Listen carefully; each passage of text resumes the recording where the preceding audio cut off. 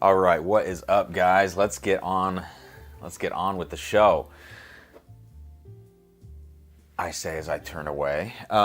Okay, as you can tell, a lot of things different right now. I'm in a hotel room in Buffalo, New York, so it feels weird for me. Like, I feel like I'm talking too loud. You know, a lot of things are different. But I think it looks pretty good, and the Wi-Fi connection should be strong. I paid for like the premium Wi-Fi here in the hotel. I've done some speed tests. I tested the wired connection, the Ethernet port on the wall. That is not as good. It's not even a third as good as the premium Wi-Fi that I paid for. So as long as the Wi-Fi is not spotty, the actual speed of the connection should be really good. So as you come in now, please hit that like button. We have some incredible whiskeys to taste tonight, even though I'm on the road and doing this, on location, let's say. Now, a few things that I am limited by tonight. I don't have the full collection, but I did bring a good arrangement, a good array of bottles.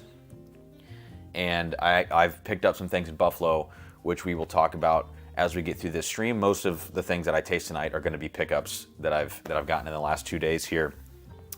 Let me know if the audio balance at any point needs tweaked. Like if the music's too loud, I can go ahead and lower that. Done a few mic tests with this thing. It should sound okay, but if it doesn't, please let me know. Are those all the disclaimers? I think that might be all the disclaimers. I know I'm a little closer to the camera. Now you can see my ugly mug here. It's freezing in the room just like I like it, so I'm layered up right now. Okay, the last thing that I'm limited by is that my computer is like kind of far out in front of me, beyond some bottles and things that you can't see down here on the table. You can kind of see the tops of some bottles as I move them in and out here. So it's hard for me to type in the chat. I can read the chat. I can probably put things on the screen. I have a little iPad off to the side here where I'm going to track super chats. Maybe Amy can help me if she's here. Sorry to ask you for that, Amy. If you're not here, no big deal. Track super chats down here in the spreadsheet, and I think that's it. So let me say hello to some folks right now. The cool thing is with these iPad, like with these little keyboards on the iPad, it'll go between the monitors, so I can actually like sit here with my hand on this and pull things up on the screen, like Travis right here. What's up, Travis? Good to see you, man. Would pay you for a sip of the double oak. Thanks, man. Yeah, it's been a good trip so far. Busy, but good. We're going to start tonight, courtesy of William Molnar. As I would normally start a stream, Eagle Rare Store Pick. Well, I didn't bring a bottle of it, but I do have a sample from the man himself, Mr. Molnar. He sent me some Eagle Rare Store Pick here. Pike's Wine number 3. So we're going to kick off with this. Cheers, guys. Hit that like button on your way in. Let me know what you're sipping on this evening. And especially let me know if you're able to sip along with me as we get into the 13th Colony Double Oaked, which for me is kind of like the star of the show tonight. We're going to get into Stagg Batch 22A, something I picked up here in Buffalo. We've got Knob Creek 18-year Batch 2, not Batch 1. I don't have Batch 1 with me, but I do have a Batch 2 that I found here. So we're going to get into that tonight. Found North. You can see behind me Batch 7 right there. And then Larceny Barrel Proof C923. Really good stuff all the way around. All right. Zach's got a Jack Single Barrel Proof Rye on the way. 128, nice. R.U. Schlambert says, I'm interested in your thoughts on the 13th. Yeah, we're going to get there for sure. I like bourbon a lot. Me too. Says, cheers everyone. Unfortunately not sipping on the Double Oaked, sipping some Ben Holiday. I saw some of this Ben Holiday here. One store had it marked up to $120, which is crazy. I've been tempted to pick it up. People say good things. If you guys have ever had it, let me know what you think. The red wheat and then maybe just the standard bottled and bond, people really seem to enjoy that stuff. Jay. Yeah, no, I did have to cover tambourine yesterday in a rehearsal.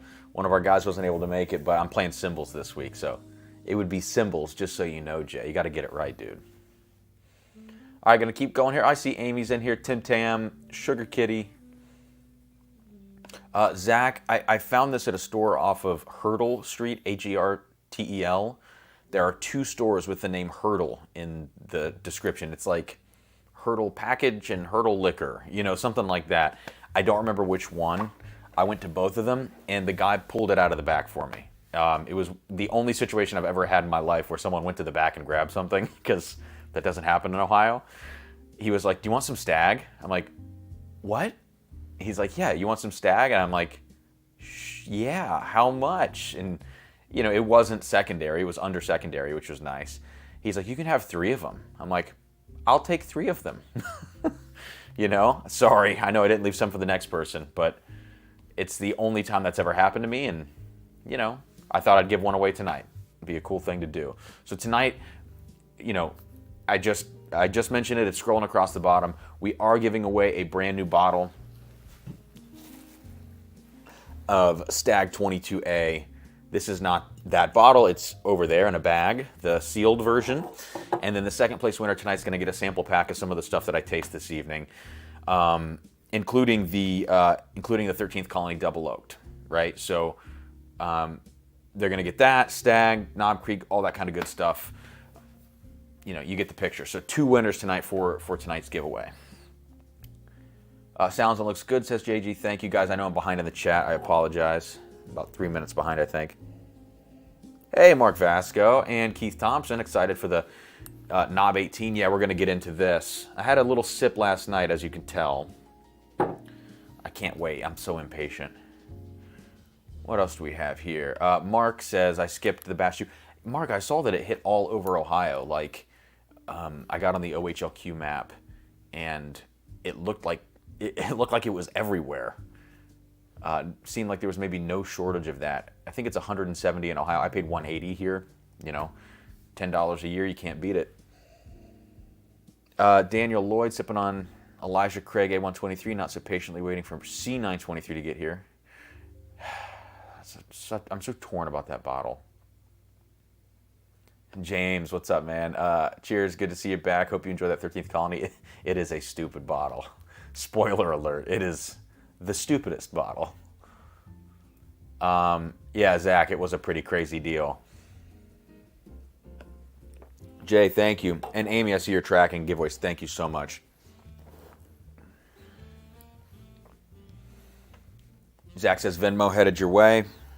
Thank you so much, man. I will get to the Venmos in just a second. I'll get it pulled up here. But I appreciate that, Zach. I will try to do those in batches just to make the night flow a little bit better, especially in the hotel. I want to make sure that we get going here at the beginning, and I don't I don't filibuster too much. Christine driving to NJ. I'm having short-term memory loss. Thank you, Jay, for getting this started in the super chats, man. I appreciate it. Christine heading to Kentucky tomorrow. Plenty of stores we can hit up. Awesome. Mark says it sat for a few days. That's crazy, man. Scott, my rule for the Knob 18 was to pull the trigger up to 200 if I saw it. So it makes sense. Makes sense. Okay, guys, let's get into something, and I'm gonna have some things moving around. There's a lot of moving pieces. What are we gonna start with? Let's do something really innocuous, really low key. Very, very slowly, this beautiful row of bottles behind me is all going to disappear and move up here, and I'm going to taste them, and then I'm going to put them on the floor. So I'll tell you guys what this is. This was not listed on the thumbnail, but I just didn't have enough room to put everything on there, and I had to do that in a pinch. So if you guys know Andre Houston Mack, he is a master sommelier, so we're talking wine. But he's also kind of an influencer. He's on Bon Appetit. He's got all these great YouTube videos, very approachable, you know, like no pretense with what he does with wine. Anyways, he got into the whiskey game with this rye whiskey. And to me, it's like a half and half type thing. It's kind of like halfway celebrity whiskey, even though his celebrity status is in a very learned field, right? We're talking like Master Somm. But it's still kind of like a celebrity brand, in my opinion, because I don't know exactly how much he had to do with the production of this or the blending. Like, it's really hard to tell. I would love to figure out more. And then the other half of this is like affordable cocktail mixer slash cheap budget sipper, because I think I paid like 25 bucks, maybe 30 bucks for this the other day.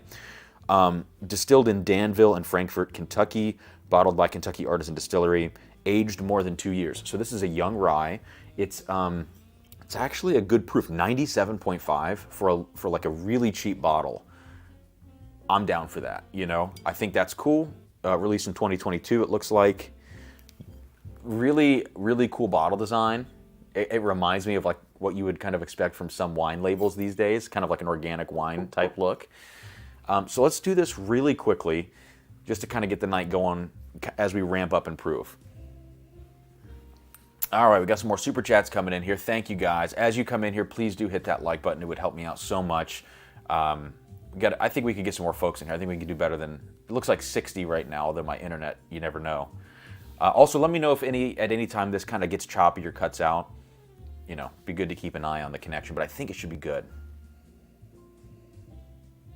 James, I hope that as many people as possible have the chance to get to taste that 13th colony. I literally given all. Yeah, James. It's gonna be a balancing act for me, man. Between sampling it out and like wanting to keep enough to sip on. It's the same thing as this, and I brought this along because I'm drinking the 13th colony tonight, the Junkies Rye. I can talk more about why I brought that along, or I think it's a relevant comparison later. But it is ridiculous whiskey. Yeah.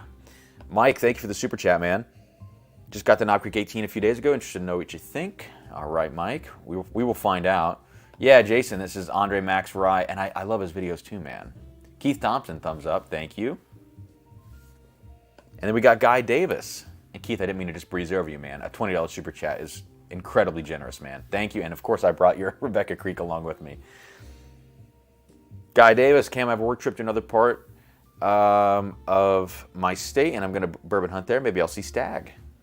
Good luck, Guy. And good to see your name, man. Good to see you jumping in. All right, Daniel, let's find out. We'll find out about it in just a second. All right, so this, it's called Rye and Sons. I didn't mention the name of this. As you would expect, it's a 2+ year rye whiskey. It's very light on the nose. Actually, I think what's nice about this is that it's, you might expect a really sharp, really kind of herbal dill, those kind of notes on a young rye. 97.5 proof, there's enough kick there to bring out some of those maybe more pungent notes in the rye. This is super mellow, very sweet. With some of these really young ryes, you do get into kind of like a honey note. You can get into like some honey grain type notes. It's a note that I call out on many young things, like a white cake type note.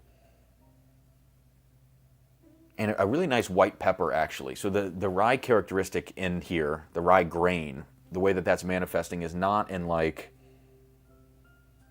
a super herbal way. It's more of just kind of a general spice. And I think that's a really good thing when you're talking about a cheap sipper or cheap cocktail mixer, something that you're going to maybe use to try to get people into rye whiskey, maybe a first rye. This is a great choice for that. So I'm not offended by the proof so far, the price point, the celebrity endorsement based on the nose. I think all of this based on its, like my assumption of what the goal is with this whiskey, I think it's super solid. So let's go in for the palate now. Cheers.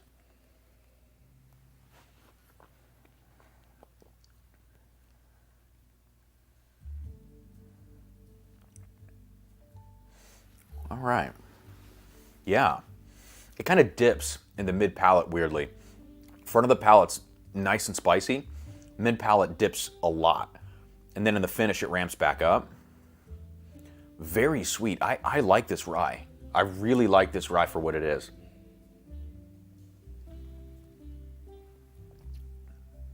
Yeah. I don't need to dig into this too much. It's not a whiskey that, in my opinion, should be, you shouldn't agonize over this thing and try to analyze it too much. This is super solid. If you're looking for a mixer, a really easy go-to session rye, this Rye and Sons is a great choice. So hats off to Andre Mack. No matter how much influence he did or did not have in the creation of this product, all that matters to me is that the price point's right, the proof is right, And the goal of the whiskey, which I would imagine is to get people into rye. There you go. So really solid. Recommend picking that one up if you're looking for something with that kind of purpose to it. All right, I'm gonna clear some glasses here. I have a dump glass because I wasn't able to bring all, however many, 20 glasses I have or something from home. I think I brought 8 glasses. Let's see, James.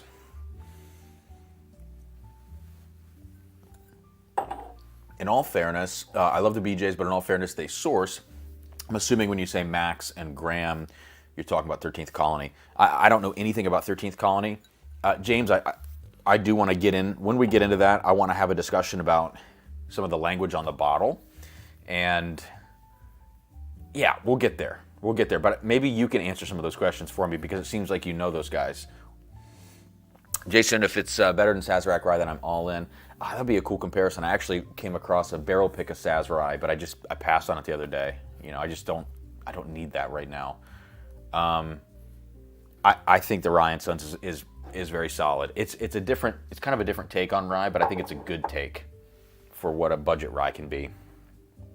Okay, what are we going to get into after this? Stuff that was on the thumbnail. Knob, Stagg, 13th, Larceny, and Found North. We might do Found North next, huh?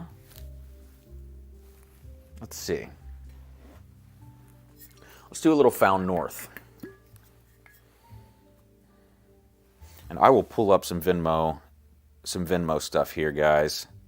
Wow, and we've had a few come in. That's awesome.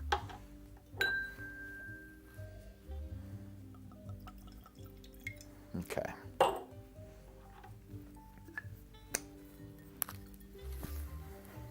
I'll keep this over here for now. How we doing, guys? It's awfully quiet in the chat.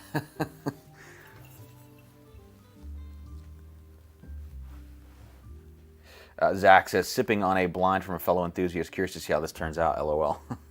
Hey, guys, speaking of blind whiskeys, the one thing I wish I could do is I wish I could present a bottle like on the screen right now so that people could see what I'm tasting. Like, you know what I mean? Maybe I can do this.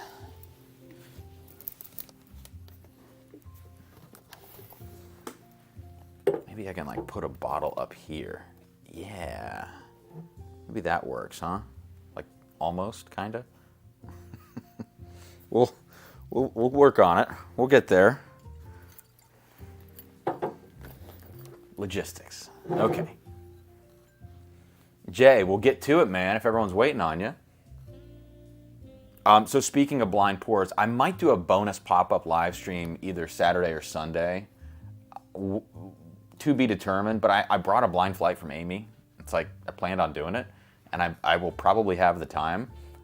So stay tuned. I might do a bonus pop-up live stream Saturday or Sunday and get into that blind. If not, I'll just roll it over to next Thursday. Okay. Jay says, or James rather, says they've been making stuff going on 15 years. They already have 24 and 25 double oaked sitting while they do contract distilling for the core product. The double oaked and distillery releases are made in-house. Okay, well, you pretty much just answered my question, man. I'll just say it now because you brought it up. The 13th Colony double oaked, which I'm not tasting right now for those of you just now jumping in, we're going to get there. It does not say distilled by on the label. It says produced and bottled by. And my thought was that the only reason to not include that is either because maybe none of their bottles say distilled by. Maybe it's just a general thing. They just say produced and bottled. But if some of them do say distilled by, and this one doesn't, the thought is either that it's entirely sourced or partially sourced and blended and then put in the second cask. I don't know. And to James, it sounds like you're saying it's completely in-house. But it is, it is a bit of an odd choice to forego the distilled by, that's kind of a badge of honor to put on your bottle, and they didn't do it, and it's curious to me. So anyways, I have some more thoughts on that, but I don't want to get into it yet. I want to go Found North. So here we go.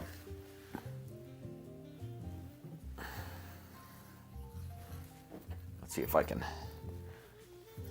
present. There we go, huh? It's not gonna focus on it though. So that's just kind of distracting, huh? All right, Found North, batch 7. It looks like someone had this. Daniel Lloyd has this as well. So I found this here in Buffalo. This is denoted, identified as cask strength whiskey. 18-year age statement, which is cool, from Canada. 83 corn, 16 rye, 1 barley. So high corn, low barley, kind of a normal amount of rye. The maturation on here says Hungarian oak. Interesting. No additives, 131.8 proof. And on the back, any interesting information, non-chill filtered, natural color, and they recommend adding some water to this one. So that's important. All right, so let's get into this. 131 proof. Found North. I've just heard so many good things about Found North. Everybody hypes this stuff up. And it's kind of like K-Luke or any of these other things. Oh, this batch is better than this. But there's not a lot of consistency across the board of who says what batch is great, because I don't think a lot of people have actually tasted all of them. They're a little cost prohibitive to do something like that. So I think everybody has their favorite of the 1 to 3 batches they've probably tried, but that's not a great identifier of what comprehensively might be the best batch. On the nose, it's a little bit, so it's bright, it's ethanol, it's almost like a light whiskey in some ways. I think it's more interesting than a light whiskey. About 85% of the light whiskeys I've tried, I don't like. I think it's more interesting than all of those. It feels like there's something here that I like, but it's really tight, really closed off. And the fact that they did mention to add water, I will add some water here in a second. If I had to call notes on this up front, I mean, we're really bright. We're talking like underripe fruits. You're in kind of like the golden apple, golden pear realm, and bitter, kind of like the peel. I gotta turn my notifications off.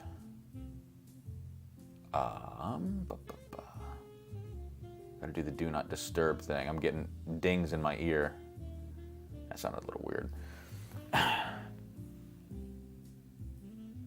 Yeah, to me this is just bright fruits. In the middle of the nose, there's kind of like a dusting of spice. I would maybe call it nutmeg. And I think that's probably from the Hungarian oak. Yeah, I don't know. We're just going to taste it. It's like when I smell this, I don't go, yum, this smells like great whiskey. It's like, this smells like a totally different style, something I'm not going to be crazy about. But someone out there probably is, given the popularity of things like light whiskey and other stuff. The nose on this one's weird.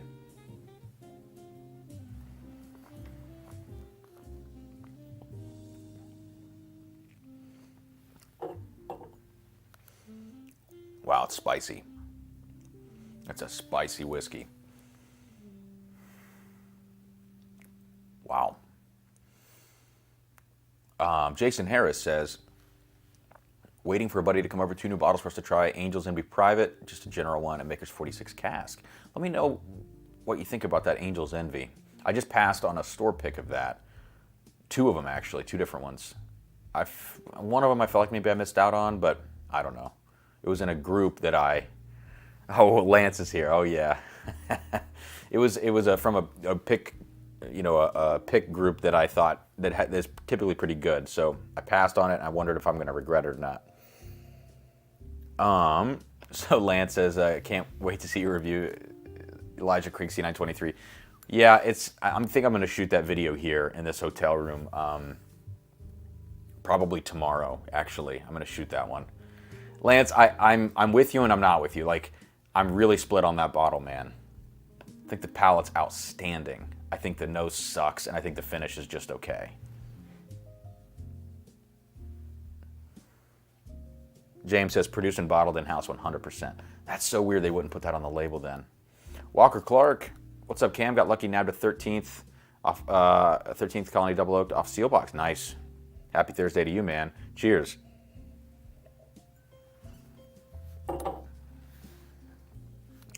This Found North to me, if you said take it or leave it, I'd say leave it. I'm going to add water.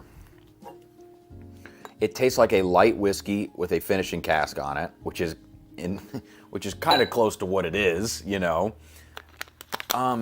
it's got that Canadian whiskey. What would you call it? It's like this indeterminate,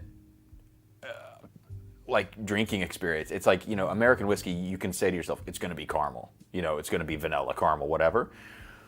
Bourbon, rye, you say it's going to be minty, herbal, spicy. Canadian whiskey, it's like, what is it? It's just to me, it's just alcohol. It's just whiskey. There's not a really defining characteristic of it. It's kind of like what you do with it. You know what I mean? This is, I don't know what the word is. Indeterminate's not quite the word, but it's not specific. It lacks specificity. It lacks like a character. And I think the Hungarian oak finish that they're doing on this, or the maturation, however they managed to use that Hungarian oak in here, in whatever time frame, I think they're trying to add some spice to this and add some depth. Now, water helps this thing. It really does. This reacts to water in the way like a Scotch would react to water. This really opened it up. It's starting to get a darker quality to it, a little bit more of like a. It's still kind of burnt. Like I mentioned, this spiciness, this nutmeg thing. A little bit of something on the back end that's kind of darker. It's feeling a little burnt now, but I think it's bringing out some of what that Hungarian oak probably contributed on this one. Maybe like some sort of coffee pastry almost. Yeah. And kind of like some burnt fruits. Much better with water. Still not my thing. I don't remember what I paid for this. I'm going to probably look to trade this bottle away, to be honest, to somebody that's going to appreciate it more. Not my thing. But if it's your thing, that's great. I want to say it's like 120 or 140. I don't think the juice is worth the squeeze on that one.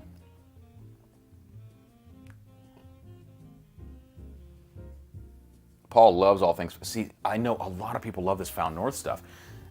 Part of me wonders, is it the batch? But just based on what that whiskey tastes like, I think that is just a style that's not for me. It's that brighter, sappier, kind of like bitter, bright fruit. Like I said, golden pear, golden apple, peel. Those kind of notes that are just not really my thing. Well, Zach, maybe I'll have to see, if I can track down some samples of 5 and 6, or some of the ones maybe people talk better about. If that's the case, it would be interesting to try those. Henry Turner. Cam, my friend, I was lucky enough to land the new 13th Colony Double Oak last weekend. Going to try with friends this weekend. Patiently waiting on your review. We are going to get into that. Copperwolf says, I've had batch feeder 7. Did you send me an email? I am dreadfully behind right now on all communications. It just jogged my memory. Yeah, I know it's not a master like American whiskey, but still. Okay. Lance, I think it is bitter on the back, like C923, Elijah Craig. I think it is bitter on the back end. The thing about the finish is it's super dry for me. But it's all leather. I love leather. Like that's a great finishing note when it just gets funkier and funkier as it sits after you sip it.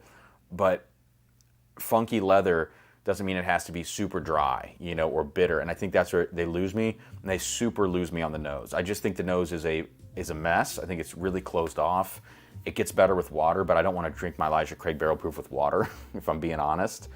Yeah, it's just like the nose. I can't get anything but ethanol, and you get whiffs of leather, you get whiffs of dark, super dark molasses caramel notes, but it's just masked too much for me. So I think the palate is like an all-time palate on a whiskey this year, but I just think the rest of it is where I'm not a big fan. Oh my God, This is a great does Canadian whiskey remind you of Applebee's without a concept or purpose?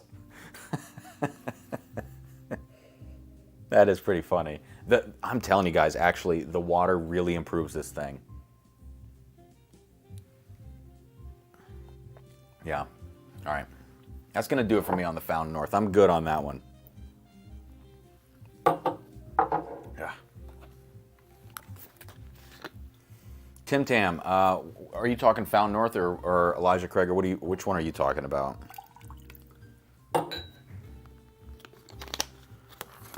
Okay, I vaguely remember skimming that email. I remember you asking about a bottle. I don't remember what you were asking about. I'll have to go back and look.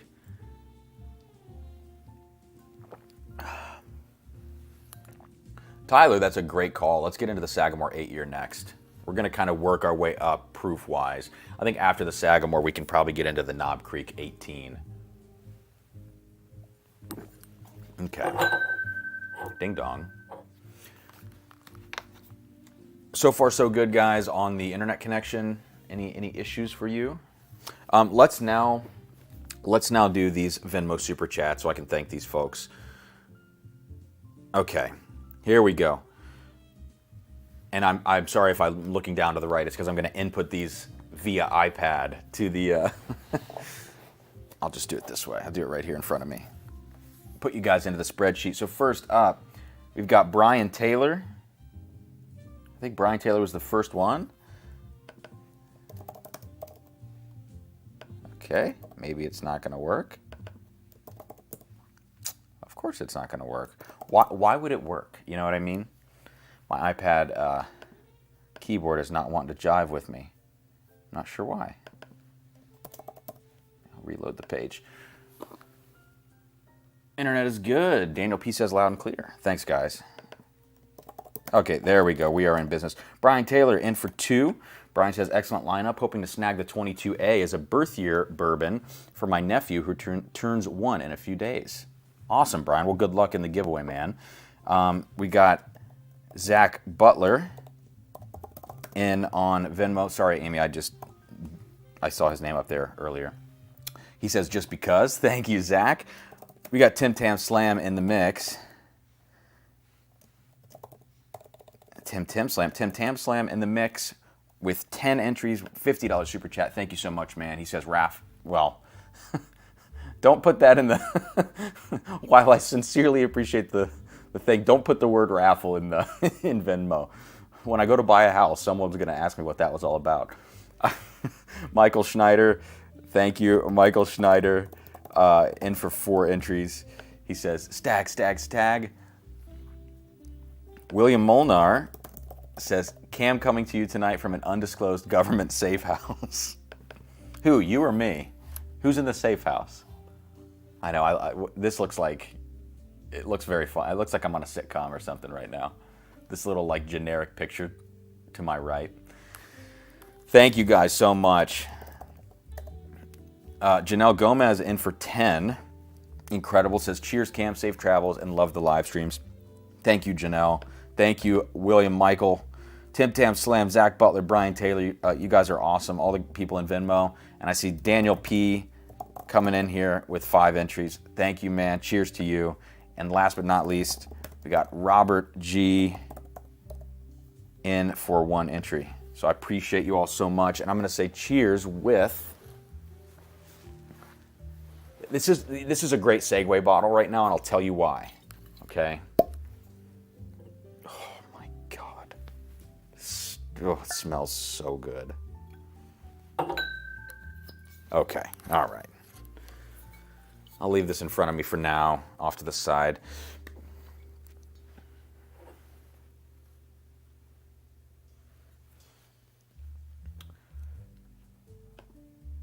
Jay says you should stream from there all the time. It's so good.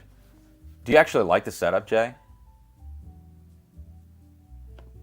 Thanks for appreciating my perspective and humor. That's hilarious. That was a funny comment. Holy smokes. Copper Wolf coming in hot. Dude, are you sure you meant to add that last, I would say 0, but it's a 9 in this case. Dude, thank you so much. Oh my God. I'll get you some Found North samples 3 through 7. I don't have the normal 6, but oh, there was a special release in PX Sherry. I do love some PX Sherry. Although it's so easy to blow whiskeys out of the water with PX Sherry, look no further than Starlight PX Sherry finish things, which looks like coffee. It looks actually more like sludge. I mean, it is so freaking dark. Dude, thank you. Oh my God. That's one heck of a super chat, man. You guys are awesome. Thank you. And I am I'm very excited to be able to give away a Stagg tonight. One other thing I didn't mention earlier, which I just found out literally as I was logging on to the stream tonight, YouTube sent me a thing. Today is my 3-year channel anniversary. So I had forgotten about that. But this is the day that I started the Drums and Drams channel and knew, I didn't post a video 3 years ago today, but I knew that I was going to do it, and I started the channel, and I had the logo, you know, the old logos I still have, which I'm going to get redone. I'm in the process of that right now, actually. Yeah, so 3 years. Cheers to 3 years with Sagamore 8-year batch 2. Sagamore 8-year rye batch 2 is what we're going to do next. Tonight is just kind of like, oh, that is so good. That is so good. Tonight is like a rapid fire whiskey night. We're just getting through some bottles. I can't drink too much. I have a concert at 10:30 in the morning. A concert, not a rehearsal. They do things different here in Buffalo. But it's been a very fun week playing with the orchestra. Zach Butler. Can't believe you haven't blown up more in popularity. It's just the consistency thing, man. I think there is a clear path forward, and I'm trying my best to get there. I really am. I think you provide one of, if not the best content. Well, I appreciate that, And I think if it's certainly not, it's never an easy road, but it does to some degree become predictable when you start seeing the numbers add up, when you are consistent and you see what the trajectory could be. And I'm like, I just got to get there. So thanks for saying that, Zach. And Daniel Lloyd, happy 3 years. Thank you, man. Cheers. You guys are awesome. So, Sagamore 8-year rye batch 2. I'm late on this, I know, but I didn't see it in Columbus. And I didn't want to search one out on secondary. I wasn't sure if I'd get a bottle of this. What's crazy about this one, I am going to give you some notes, nose and taste it. It's a 111.4 proof. I think that might be lower than the last one. I'm not sure, though. I thought the last one was around 114. Either way, one of the bottles behind me, which is sourced from Sagamore, it's 7-year rye, MGP, but aged at Sagamore. What I'm drinking right now is 8-year. And I know people are going to give me crap for bringing out the Junkies rye again. I know. But I brought it with me for one reason, and that was to compare it to the 13th Colony later in this live stream. Because of the color, because of the intensity of flavor. What I didn't expect was to find this Sagamore Batch 2 rye here in Buffalo. And I was like, okay, I have to compare this to the Junkies, which I have with me. And lo and behold, what I talked about on the Junkies rye as being like root beer notes, just super dense, like coffee, the darkest whiskey kind of notes, and it doesn't even remind me of a rye. The crazy thing is this Sagamore batched, not single barrel, but like this batched product has those notes. Not to the same intensity. I will do a side-by-side here in a second. It's not as intense, it's not quite as dark, but there's probably like 45% of those notes from this Junkie single barrel in this Sagamore Batch 2 8-year rye. I can't believe that. So whatever alchemy, sorcery, whatever's going on over at Sagamore where they're aging these MGP barrels, keep an eye on this stuff. And keep an eye on people sourcing from them, and keep an eye on their batched products and any special releases that are these MGP barrels. I don't know what's going on for them to have this profile. It's that root beer sarsaparilla thing that I can't get over in a good way.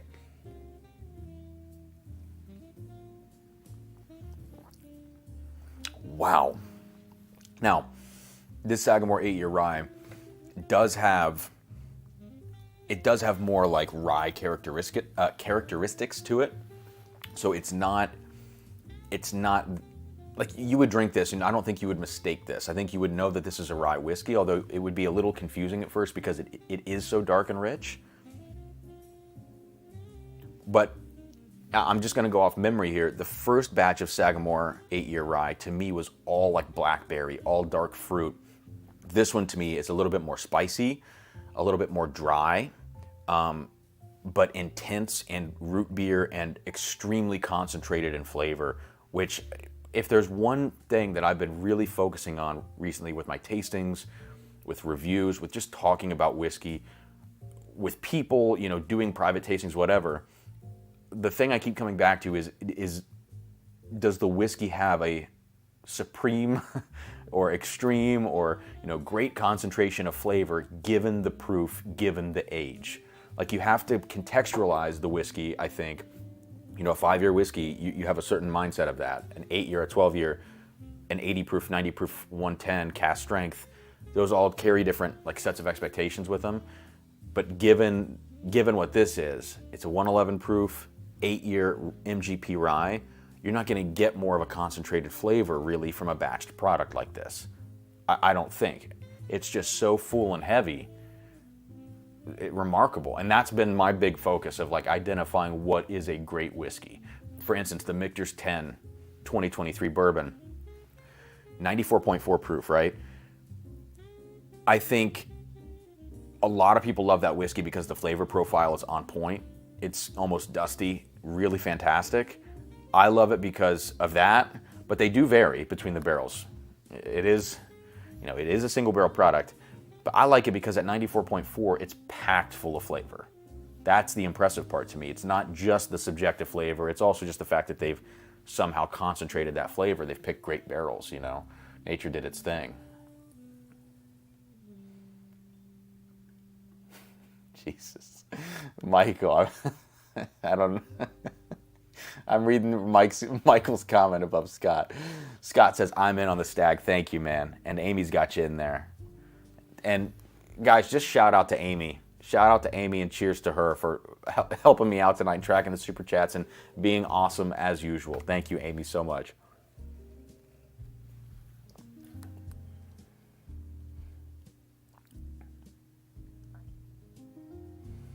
Okay, I think I'm pretty much caught up. I'm gonna check here. Casey, no, I've not had a Sagamore maple barrel finish, but they're so good with barrel finishes. If I trusted anybody to do a maple barrel correctly, it would definitely be Sagamore. DJ Mubi says, they say you can cross over the Canadian duty free and grab a turkey. I do have my passport with me, actually, because I had to do hiring documents for the orchestra here. And I'll have to check that out, because I want to go to Niagara and film an episode of Whiskey Ware. Sarah poured me some blind pours for Whiskey Ware, but instead of having the bottles to reveal, she printed off pictures of the bottles and put them in envelopes for me so I can do the reveal. So I have 3, and I can shoot up to 3 Whiskey Wares here in Buffalo. And I want to do one at Niagara if I can. Like, I don't want to get arrested drinking in public. But it would be pretty discreet, honestly. It would just, the only thing would be the camera. The phone on the gimbal would be a little like suspect, but you probably get a lot of people taking selfies and stuff in Niagara Falls. But maybe they don't all have a Glencairn in their hands. JG, jumping in again, thank you, man. What the heck, maybe I'll get lucky. Or maybe you won't, JG. Brian with a Y says, vacation in Yosemite next week. Oh, man.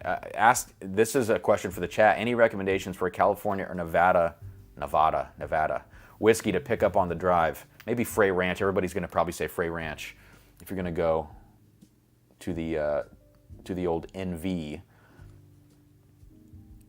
Zach, do you think the Michter's 10 could be better cask strength? Yes, King of Kentucky is good. That's my answer.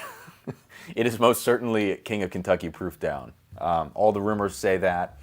And I think I mentioned this on a stream 1 or 2 streams ago, that I sat on my couch one night and I just continually proofed down a pour of King of Kentucky until I got it to what approximated the proof of my Michter's 10 2023, and they tasted identical. So, you know. Let's see. Does the 8-year Sagamore have any resemblance to Thomas Handy? Saw someone try and make that comparison. I think they're nuts. No, I think they're nuts. Handy to me is you get grain, you get honey, you get. I still have a review of that I need to edit that I recorded in March. So I don't know why I never edited and put that one out. And when I get this far away from it, I feel so detached from a former review like that. I called marijuana cannabis. Like I said, there's like a marijuana note to Thomas Handy. Like it is herbal, is what I'm trying to say. Herbal, honey sweet, Buffalo Trace. This Sagamore 8-year rye is not that to me. It's very much the opposite of that. Oh, Dunny is here. What is up, man? Travis says, Cam, getting ready to send in for 2. I'm ready for you, man, and I'll check the Venmo here in just a second. David Babcock, what's up, dude? Stopping in real quick. Cheers, all. Curious if Stagg is keeping up with Stagg Jr. Wasn't impressed with the first Stagg. Which one did you have first, David? Was it the 22B? Because I like that one, but we'll talk about that later when I get to it. I feel like I'm hurrying through this, but we're only 45 minutes in. Like, I'm all good. Tell me to slow down. Wandering Magoo says, I'm in. Crush tomorrow's concert. Thank you. Yeah, it's going to be fun. Tomorrow seems... Well, we have 2 concerts, but then we're recording an album of these pieces on Monday. It's kind of a weird time to do it, like to start a new week and still be in town playing with the orchestra. But they do a lot of recording sessions here, which is great. And I think I can honestly say I've never done a recording session with an orchestra before. Not like this, not in a professional setting. So I'm a little nervous for that, you know? Like, I don't have any big exposed things. I'm playing cymbals. But, you know, when you're playing super soft cymbals, just barely touching them together, you know, one little thing goes wrong, and if that's the take they use, you know, it's just the whole thing with recording. So I'm a little nervous, but I think it'll be fine.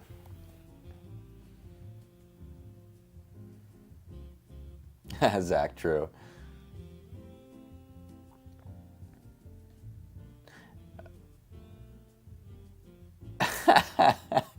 Okay, I'll get to some of these chats in a second.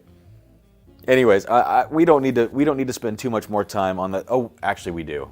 What am I saying? Of course, we need to spend more time on the Sagamore because I want to compare it to the Junkies Rye. Now, I have, since I've picked this up 2 days ago, I have taken a sip of this Sagamore. So I knew coming in tonight kind of what I thought. What I have not done is this comparison to the Junkies Sagamore 7-year rye, which, again, this to me, I'd have to think hard about this if I could justify it after the fact, but I do believe this would be my rye whiskey of the year. Like, and it wouldn't be a standard rye profile. It almost needs to be in its own category because it's a single barrel and it's so off profile. But it's one of my favorite pours of the year, this Junkies Virtue Rye. Ah, that was kind of a heavy pour. Let me throw some of that back.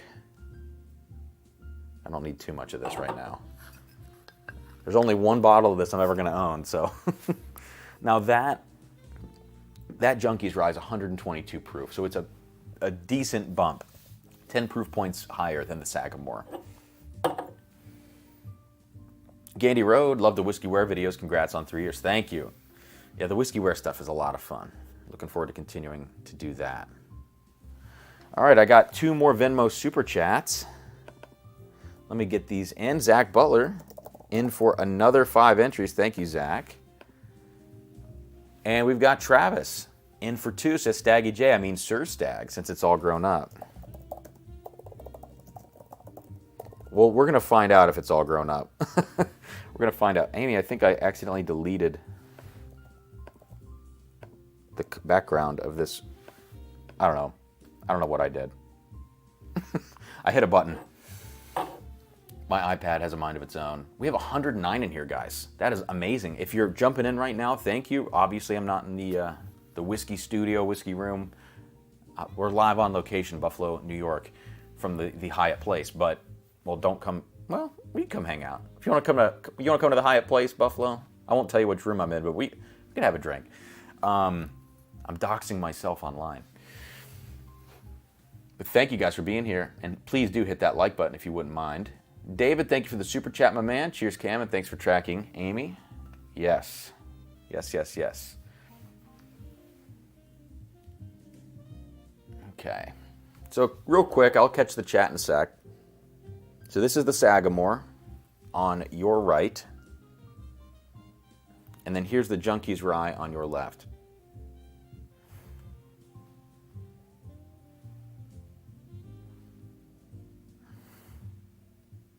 They're close, man. They are very similar.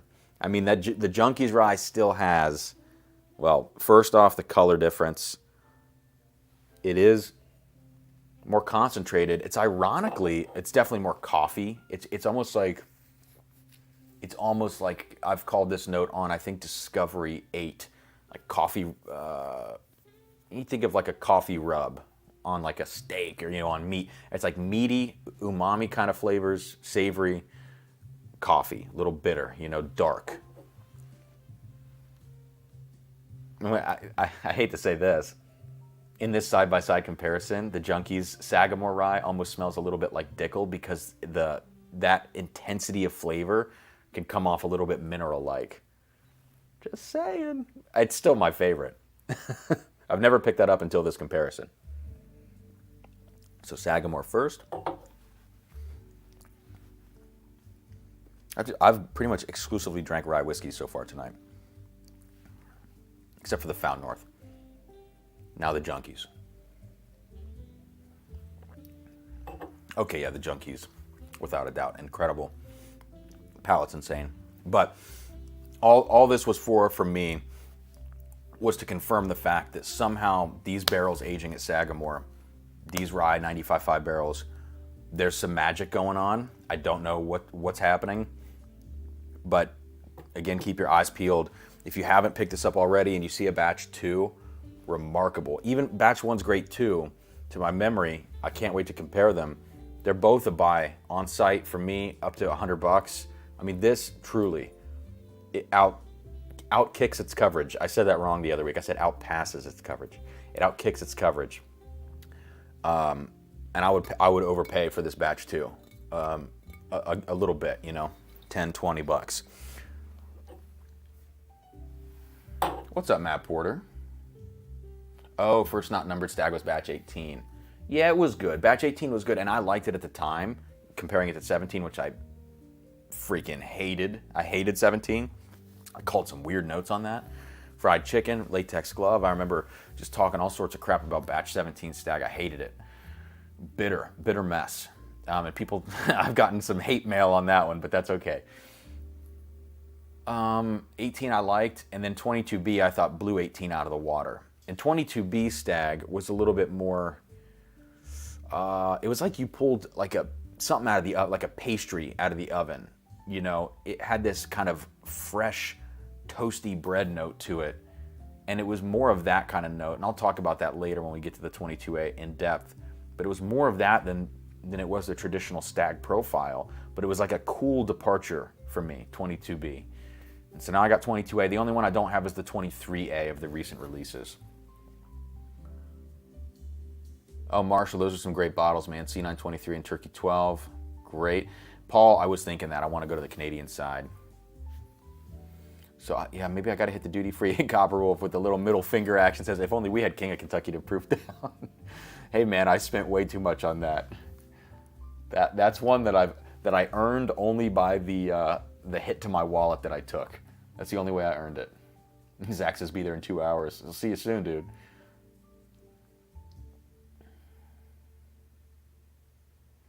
Travis, the blind I gave the Junkies, they didn't completely crap on Dickel, and Sean actually stated that they may have been into whiskey long enough that they can enjoy it. Single barrel, of course. Yeah. Look, some of the Blue Note 17s I've really enjoyed. Some of the stuff is not that bad. It really depends. Wow, Mike got a backup of the Sagamore for $58. That's awesome. Yeah, Zach, I would love to get a 23A Stagg, but man, I'm pretty tapped out financially on new pickups. Oh, Daniel, that's awesome, man. Yeah, fingers crossed that it's batch 2. It's a remarkable whiskey.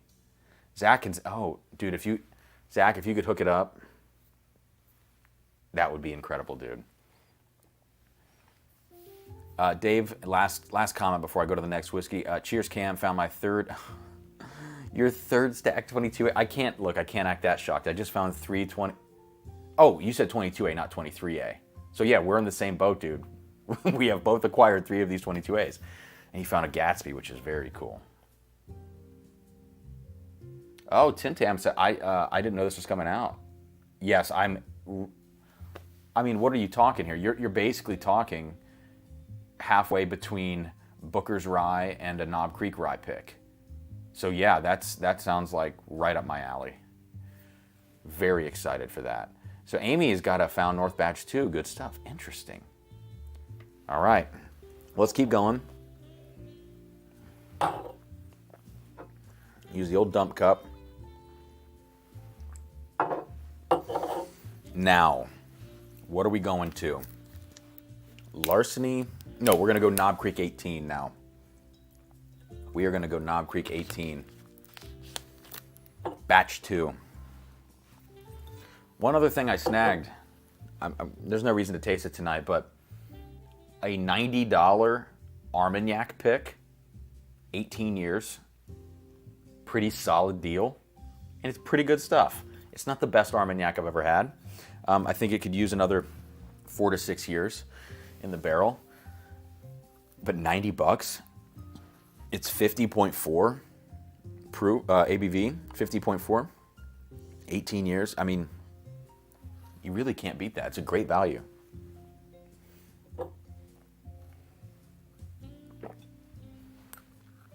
All right.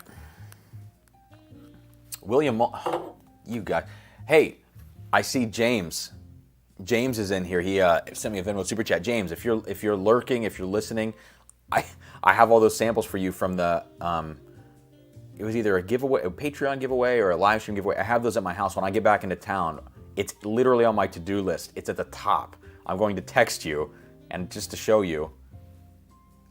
Okay, it has moved down, but I will literally. Okay, you can't see it, but right here it says live stream giveaways, list, pack, and ship plus James. And they're sitting on the floor in the whiskey room, poured and ready to go. So I promise I'm going to get you those. So we got a few more Venmo Super Chats, guys. Marshall, I see you are in for 4. Thank you, man. James, in for 2. I gotcha. Thank you. And William Molnar dropping another bomb with not 210, but 10 entries. $50 super chat. Keeping with the Cam on the Run theme, you got to bug out now. What 5 bottles from your collection are you grabbing to take with you? What 5 bottles am I grabbing? Let's just assume that they're full. You know, Chateau de la Baude.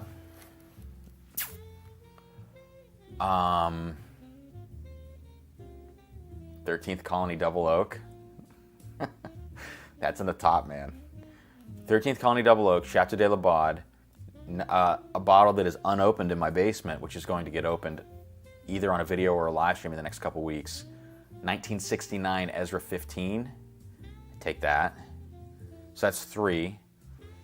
God, man. I'm going to go sentimental here. I'm going to go Wedding Blanton's, Singapore Wedding Blanton's. And, you know, not for the quality of the whiskey, because there's 2 other... That's number 4, and I would love to pick another number 4, but we can't. So we're going to go Wedding Blanton's. Love you, Sarah. And the last one is either going to be like a King of Kentucky or... It would probably be like another Dusty, you know? I'm trying to think. There's got to be some other stuff I'm missing here. Like Michter's 10's good, but it's not top 5 good. Bottles that I own. Yeah, otherwise it'd be like an Old Granddad 114, the 89, like something like that. Or King of Kentucky. It'd be between those two for the 5 spot. So, yeah, Amy, do not forget the wedding bottle. Yeah, because if we're on the run, you know, I don't know what's going to happen. Yeah. Maybe we're getting shot at. We gotta skip town. One of us dies in the crossfire. We're on the run. The other one better have that wedding Blanton's as a little sentimental token. Kentucky gentleman, says Jay.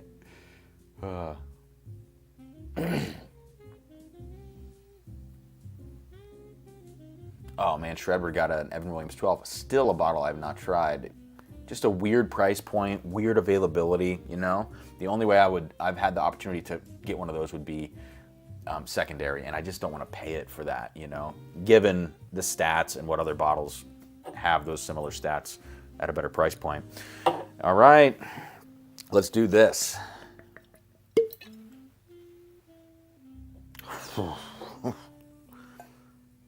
That smells like,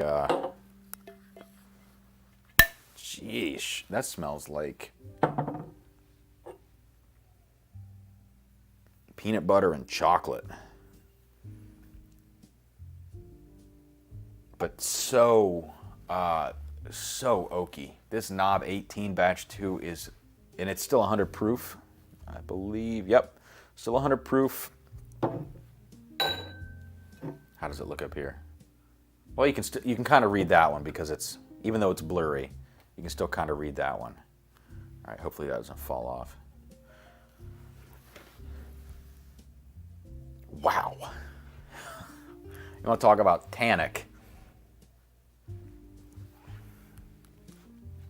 Travis says, we need to know someone who travels to Japan frequently. I know, dude. I know.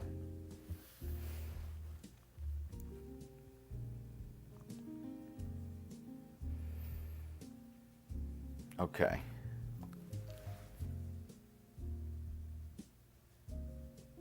Wow. So this Knob Creek 18, my issue with batch 1, first off, I love batch 1. I almost drank that entire bottle with a little help in like 2 weeks, which is very fast for me. I don't go through bottles quickly because I'm always bouncing around, and now I'm drinking wine sometimes, whatever. But it was actually, I remember last November when it was around the time I first got it, I could not put the bottle down. I loved it so much, but it still had its issues. Like I like everybody else, thought it needed some more proof to it. 110 would have been a great proof point for that, or cask strength, God forbid. Other than that, I felt like it was on the verge of being over oaked. It really was. This Knob Creek 18, batch 2, I think it's still riding that fine line. I'm so curious to do the comparison when I get home to see. This one, to me, has actually a fruit note that's starting to develop in it. First nose on this is it just smells like a rick house and chocolate and peanut butter and so much tannic, leathery Knob Creek oak. If you know that note from the 12 year, it is cranked up so high. I like it, but it's a lot. But there's a little bit of a fruit note emerging in this, like a little, you know what it is? It's not even that it's like a distinct note like cherry or orange. It's just that it's fresh. Like there's something in the middle of the whiskey that's kind of emerging that counteracts the tannic oak just a bit. And it's just enough for me to be like, okay, there's a breath of fresh air in this, and it's some sort of fruit note.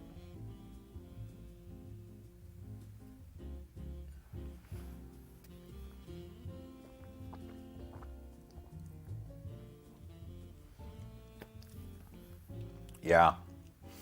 On the palate, it's just leather. Wow. I think Fred Minnick would hate this whiskey. He talks about how he doesn't like oak. I cannot imagine that he would like this whiskey. This is so oaky.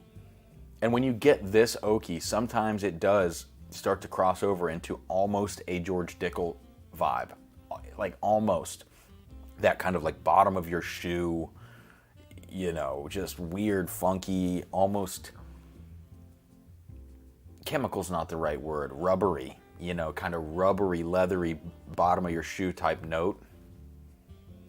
Like licking a boot. This has a little bit of that in there, actually. A little minerality. He did and loved it, says Fat Guy Little Sips. See, that's hilarious to me. All he talks about is how much he does not like oaky products. I think he's kind of inconsistent on that one. I'm not judging him at all. You know, we all have our inconsistencies and our idiosyncrasies with what we taste and stuff, but I do think that's funny. Lord Jules, I did try the Sagamore. I loved it. I absolutely love batch 2. Copper Wolf just picked up a bottle of this Knob Creek 18. Don't know which batch, though. Yeah, I think it says somewhere. Yes. So I don't know if you have it in front of you, but yeah, it does have a release number on the front. Oh, Fat Guy Little Sip says, no, I was talking about the Sagamore. Oh, okay. That makes sense. Bearded Bourbon 502, what is up, Cam? What is up? Back to you. Yeah, I love these knobs, man. I love these Knob Creek 18s. They are really oaky, but I love them. Joe, that's correct. These new ones don't have a box with them. So if you got the batch 1, keep the box. You can just keep rotating the new one into the box after you kill the old one. Or if you're like me and you never finish a freaking bottle, then you can't really do that. I'm always like, I gotta save a little bit in case I want to compare it in the future.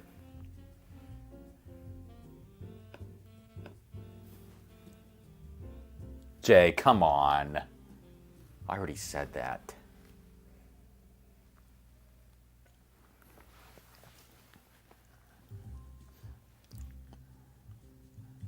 Yeah. This Knob Creek, you know, it suffers from the same thing batch 1 did. I do wish it had a little more proof to it.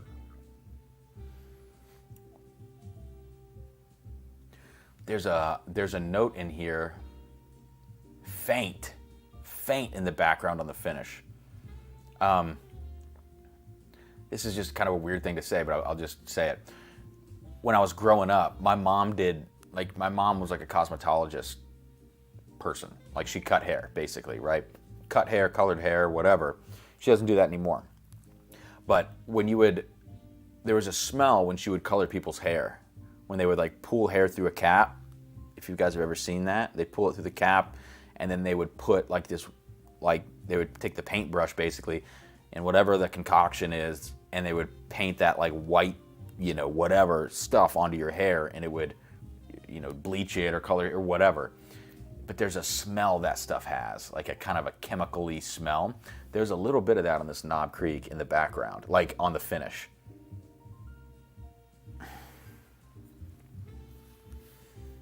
Wandering Magoo. Oh, lie, says Copper Wolf. Is that what it is? Huh, interesting. Thank you, Amy. Yeah, guys, please, we have 93 in here. We had over 110 earlier. Please do hit that like button. Travis says that batch 1 of the KC18. Yeah, as far as Knob Creeks go, it probably I would say the best was that, I want to say it was the 25th anniversary. I think that's the one that, who sent that? Sam. Sam sent that a few weeks back in a blind. It was the Knob Creek 25th anniversary. That was a stellar pour. Single barrel, though. I think in terms of batch stuff, Knob Creek 18 is probably my favorite as well. I love the 12-year. 15, I think that's just it's not a great age for Knob Creek.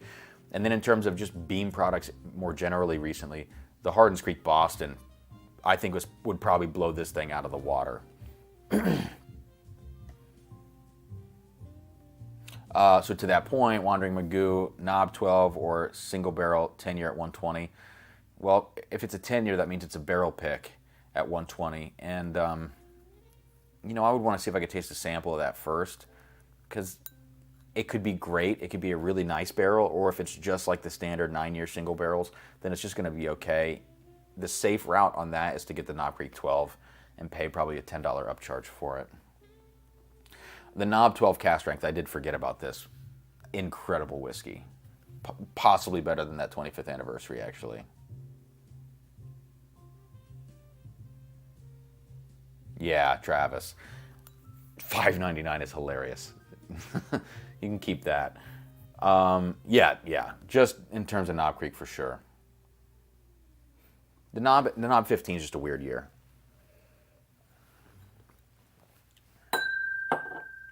Ding dong. All right, let's get a little water going. I'm going to jump back in just a second. Clear a few glasses. Just a reminder, tonight we are doing a giveaway for Stagg Batch 22A. 22A, this is the open one I'm going to taste in just a second. Not next. I'll do Larceny next, Larceny C923. But an unopened one of these is up for grabs tonight. In the second place person, after the randomizer is spun 7 times, going to win a sample pack of tonight's pours. So 2 really nice prizes. I think. I hope. I try to make good prizes. I was so excited to find more than one Stagg 22A so I could actually share it. And now I'm spilling everywhere.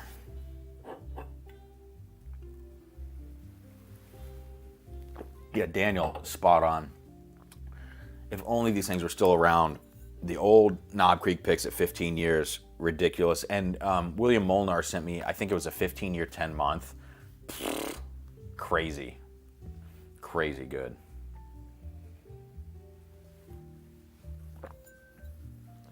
There we go, Joe. Joe's got it. In summary,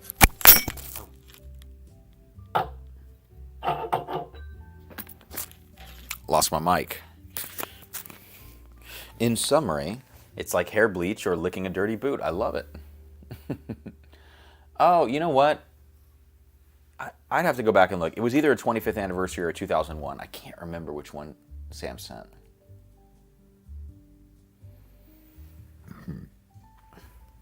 Bearded Bourbon, Bourbon on the Bank, talking about Bourbon on the Banks, which is awesome. Yeah, I know some people down there checking that out. Where's the Larceny?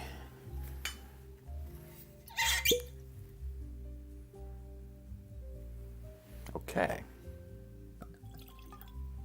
So yeah, another reminder that if you do want to get in on the giveaway, you can always do it on Super Chat. That's awesome. I'll pull it up on the screen. I'll say thank you, and Amy will track that. And then if that gives YouTube a 30% cut. If you want a little less fireworks, which I understand if you want your fireworks and your flowers, no, that is completely okay. But if you want to, support the channel a little bit more, you can always send it direct to Venmo or PayPal, which that information's in the description of the video. That's a great way to just go direct in, and I will get you entered into the giveaway as well. Every $5 is 1 entry, so multiply, divide the dollar amount by 5, and that's going to give you the number of entries you're going to get. And we'll run a randomizer at the end, fully transparent. I'll share my screen. You'll see everything going on there. Spin it 7 times, top 2 people. Amy says, sound like you lost a Glen there. Thankfully, no. Although the other night, Sarah put her glass in the bathroom, like on the bathroom sink at the end of the night, and I got up in the middle of the night, went to the bathroom, and I just moved my arm to turn the faucet on. It was pitch black, and I knocked the Glen off into the sink, and it was, woke her up. It was super loud. It's the second time I'd done that. The first time I knocked one into the bathtub like a dummy, broke it. She woke up freaking out. Keith says, I know it's different mash bills and whatnot, but the Knob Creek 18 reminds me of Parker's Heritage double-barreled with less proof. Interesting. I guess I could see that. It's been a while since I've tasted that bottle, though. Jason Hubbard in for 2 on Venmo. Thank you, Jason. I gotcha. Appreciate it, man. Candy Road, interested on your take for Larceny? Well, let's do this damn thing. Larceny C923, and this was just happenstance. I actually brought B523 with me, and I just brought it with me because I just wanted to taste it again while I was here and take some notes, because I had a C923 on the way to me in Columbus. I bought on secondary for cost, basically, cost and shipping. And it's on the way, and then I get here, and in Buffalo, C923 Larceny is in every store I've stopped at, between $65 and $75. It's like, what the heck, man? Couldn't have expected that. So I have B523 for the comparison. Everybody loves B523. I like it. It's not as good as C922 for me. C922 is the all-time Larceny batch, in my opinion. And I'm going to stand by that. B523 is 124.4, and the new C923 is 126.4. So it's 2 proof points higher. It's a negligible difference, but it's still a difference worth calling out. Okay, I'm stacking too many things here, and I don't want something to fall. Yeah, they don't crack. They do just explode. So, are you slammered? We're going to get into that right now. That's what I was just saying, was we're going to do a review of C923 right now, preliminary review, and then get into B523.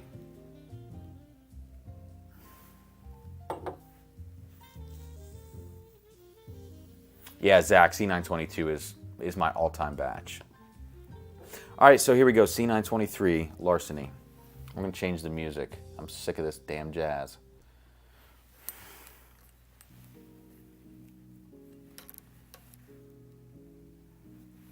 There we go. Will Barrett coming in with a great comment and a great super chat. Thank you, Will. Sipping on ECBPA 117, and OMG, you are so right. Closest comparison is C919. C923 falls well short of them both, 100%. A117 is a ridiculously good batch. It's like, let me give you a dumb number. It's like 12% hindered by the fact that it's a little bit proofy on the nose. Like, there's just a little bit too much ethanol on the nose that sits just over top of the flavor, but the palate, the finish, everything else about it is, in my mind, like perfect for Elijah Craig Barrel Proof. It's just that the nose is a little bit restricted by the ethanol. You could say that about most batches of Elijah Craig Barrel Proof, but I think C923 you can really say it about. I think that's maybe the worst example of a nose in terms of being closed off from the ethanol. All right. Jeb. The new set, man. It does, one thing that's always fun is when I'm like carrying lights and stuff into a hotel to set up a mobile streaming or video setup. It's like, here's a guy carrying cameras to a hotel room and lights. What's he doing in there? Anyways. All right. Larceny C923.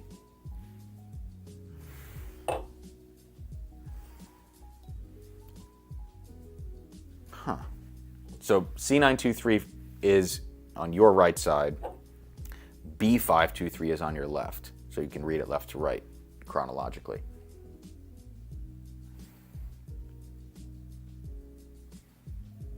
Yeah. Okay, this is strange. C923 smells like butter. Like, not like, I've talked about buttercream, which I think, buttercream notes in a lot of whiskeys, particularly 5 to 8 year MGP single barrels of the 36% rye mash bill. I know that's a lot of word vomit. That buttercream note gets funky over time and turns to like a root beer float kind of note, and then it turns fully into just a dark root beer as it gets older and funkier. This is not buttercream. This is not buttercream icing. This is just butter. It just smells like melted butter, like you would get.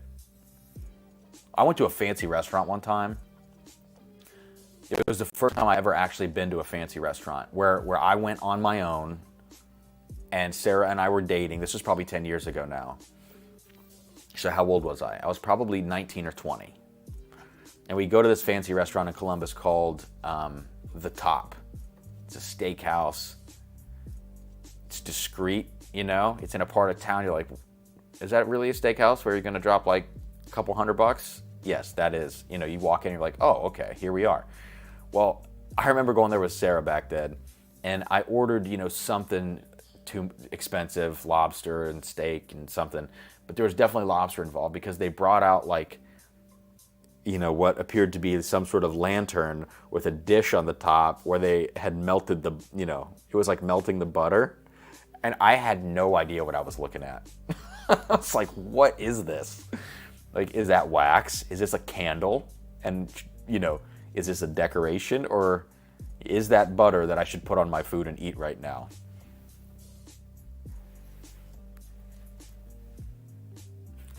You guys are hilarious.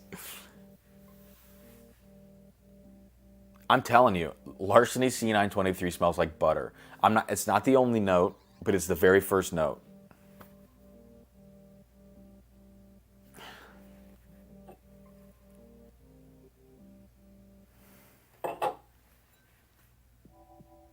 Yeah. All right. It is super weedy. I'm right now. I'm going back and forth to B523 also, just to see what the comparison's like before I even taste them. If you look back to C922, I think that is the darkest batch that has ever come out. C922 to me was like waffles, maple syrup, very dark fruit even. B523, probably the best, it's like 75% as dark as C922. It's not quite there, but the whiskey itself is really nice from what I remember. We'll find out in a second when I taste it. But a little more balanced. I think C922 drank under its proof because of how dark it was. It was like reserved and tamed down. B523 drank its proof, 124.4. Yeah, 124.4, 126.4 for this new one. And this new one, butter, big cinnamon note, and it's so damn wheaty. It just smells like wheat grain and wheat bread. I think from C922, each release has smelled more wheaty. From A123 to B520, now to C923. It's weird. All right, I'm going to taste it. There's something, okay, there's a note in this. This is a weird call. The Singapore Blantons I talked about earlier, that La Maison du Whiskey 2021 pick at 56% ABV, the Wedding Blantons, there's a note in that. It's like an alcohol top note and like this kind of sappy yet cinnamon dustiness. It's the best way I can describe that. C923 has that, strangely. It's tied to me to the cinnamon and the proof in here. It's weird.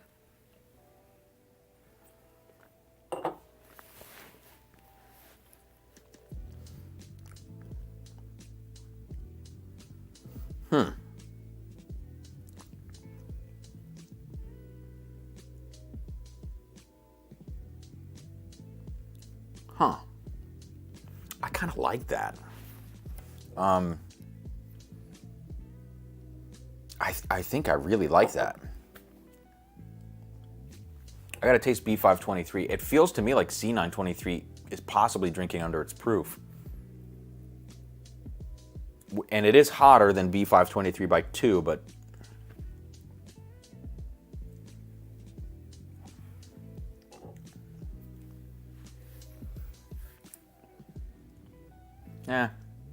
it's about on par.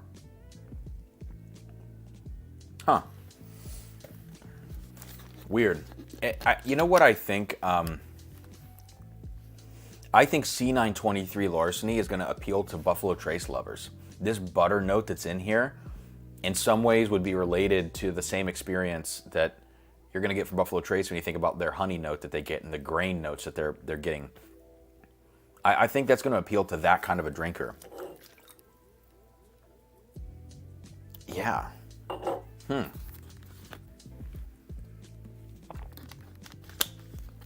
you know what? As I think back to the Weller Foolproofs I've had,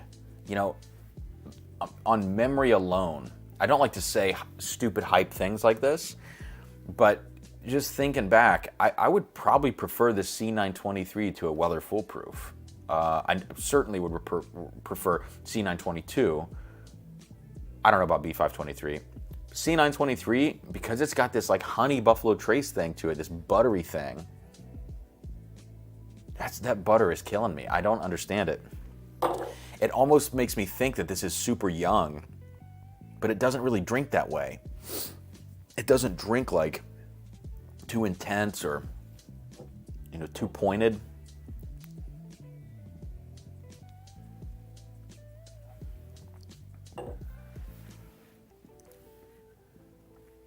Yeah. Alan Mack in for a $10 super chat. Thank you. Appreciate it. Amy's got you in there. All right, one more sip of B523.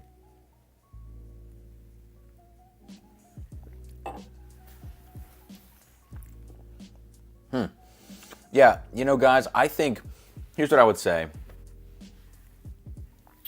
Why did those notifications come through?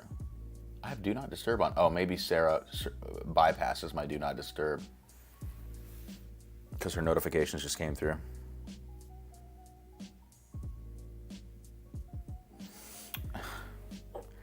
You know, here's what I want to say. I think C923 for me, I wouldn't run out to buy this batch, but if I saw it on the shelf at 70 or under, and you're interested, like if you like Heaven Hill, if you don't mind a little nuttiness, and you want to try something that to me is kind of off profile for what this line is, I think this is actually a really weird Larceny barrel proof. And I'll be honest, I think any off-profile Larceny barrel proof to me is a good thing, because what I regard as on-profile Larceny barrel proof, I don't like. Like C922 was off-profile for me, and it was super dark, and I loved it. And C923 is essentially the complete opposite of C922. It's this buttery, bright thing, but there's still enough cinnamon and heft, and what it doesn't have in like really dark fruit notes or really dark notes in general, it kind of makes up for in how much of just a really direct wheat grain note. Like that thing, it cuts through the noise with this whiskey. You're like, okay, I smell butter. Okay, it's really cinnamon, and holy shit, there's a bunch of wheat grain in there. And that's it. But it's kind of neat in that way. And there's this something about this that reminds me of that Wedding Blanton's, but I don't know why. Because I think side by side, I would be like, you're crazy for saying that. So this is not a run out and buy. Okay, there's a little, yeah, okay, cherry, fine. But it is interesting. Do I like it better than B523? No. I like B523 better. But I wouldn't hesitate to pick this up if you're looking for something different. System Trend, I don't know exactly when I don't know when it's going to drop. I'm going to try to shoot this tomorrow. After I've got a concert in the morning, I'm going to try to shoot it tomorrow here in the hotel. And when I put it out, I think I'm going to put it out with no edits. I think it's just going to be a straight through video, and I'll try to keep it under 12 minutes would be my goal. I think all the stuff I'm going to shoot here in this hotel, I'm here until Monday. I have Sunday the entire day off, and it's just going to be a work day, which is shooting and doing other stuff for my job. Not shooting first. I got to shoot after I do the real work. But everything I shoot in this hotel is probably going to be straight through with no edits, because it's just going to be a way for me to get content out there. And I think this looks good enough. Like, I'm trying to look at the screen. I'll just blow it up so I can see it. Okay, like the focus on the camera on this screen, I think it looks kind of YouTuber-y, you know? It doesn't look like a set. It just looks like I'm in a hotel room.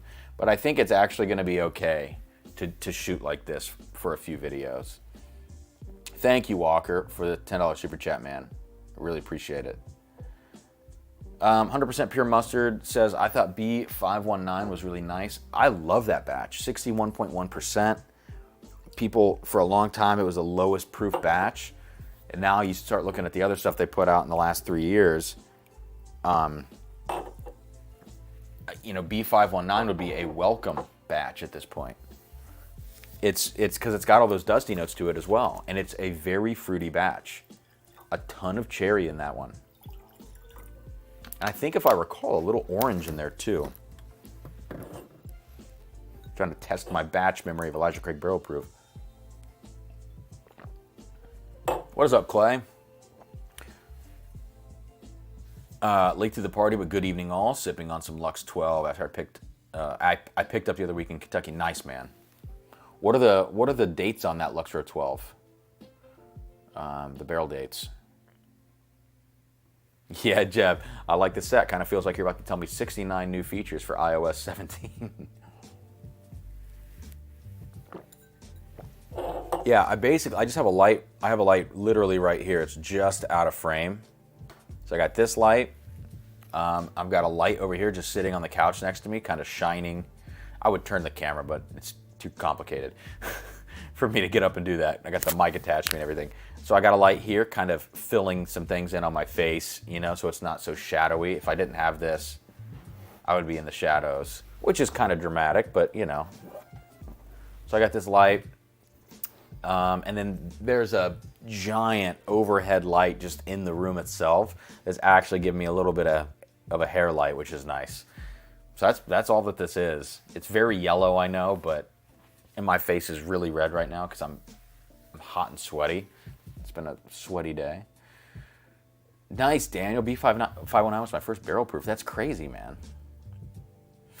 Mike, yeah, the Frank August is all over the place here in Buffalo, actually. I don't think it's like a special bottle.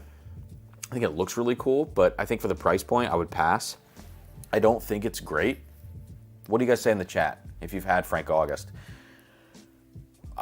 Yeah, it's weird that you bring that up because it, if I recall, actually has kind of a butter note to it as well that this Larceny has. It doesn't have all the nuttiness, but it's good 4-year bourbon.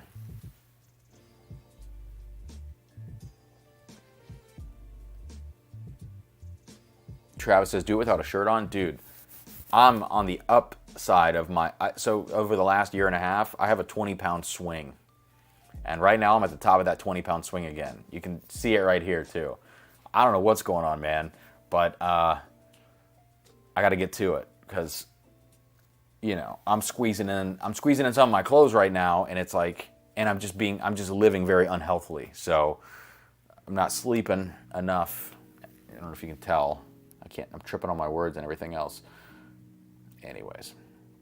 Travis, I missed your comment earlier too, man. How mad do you think someone would be if they came over, saw an open Rock Hill farm, stated how good it was, only to reveal it was John J. Bowman? If it was John J. Bowman, it would be better than Rock Hill Farms, at least in my experience.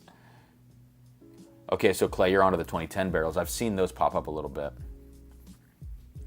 Daniel, thank you for this, man. Frank August small batch is fine, but a little overpriced. Single barrels, I've actually never seen a single barrel or any of the other stuff, so that's interesting. What's next? I guess Stagg is next, right? The giveaway. We're gonna taste some Stagg now. Let's remake the background a little bit, you know? Let's spruce this place up a bit.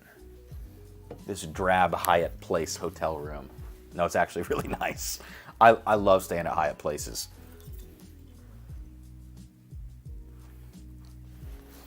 Okay.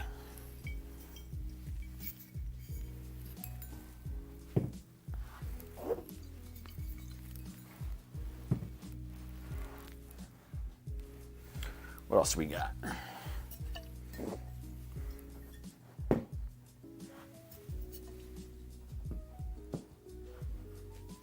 Cool.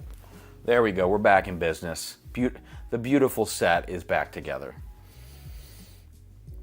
Jay says, so now Cam weighs 110. No, man, your boy's 175 right now, and I'm 5'7" and a quarter.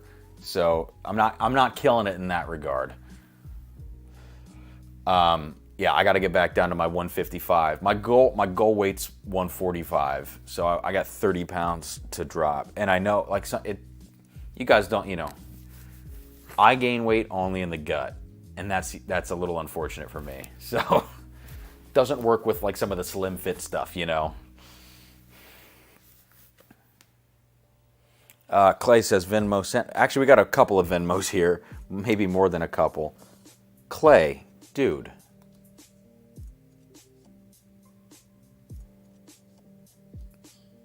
Did you mean to send that, man? Holy smokes.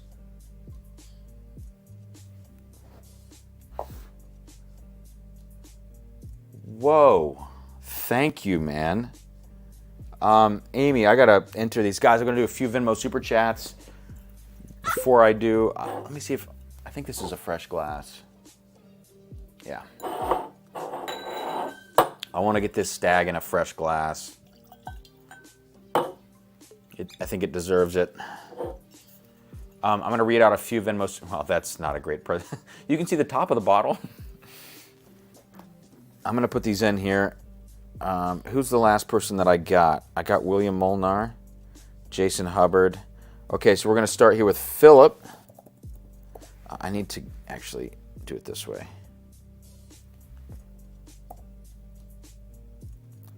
Philip Bolyard's in for 2. Thank you. And he says 2 entries.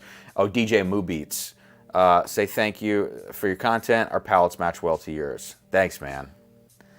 You know, and everybody has their own set of whiskey tubers that they like to follow, you know, whose palates align, and even follow people that your palates don't align with. But it is always cool to hear somebody say like, oh man, my palate aligns with yours. Because like for me, coming up, watching WhiskeyTube, first was Ralphie, whiskey.com. I was in the Scotch stuff, but then like the first American whiskey person I watched, by the time I started my channel, I was reviewing Scotch. And then when I realized, like, okay, I'm into American whiskey now. I had kind of gotten into bourbon. I had found an Elijah Craig B520. Like, I was on the cusp. I found Jason from the Mash and Drum. And I stuck to Jason's channel. And, like, truthfully, my palate really aligned with Jason for a long time. And it still does to a large degree, you know? So, anyways, Philip, got you in for 2. Thank you, man. We got Aaron Pierce in for 2. Thank you. He says, thanks for the great content.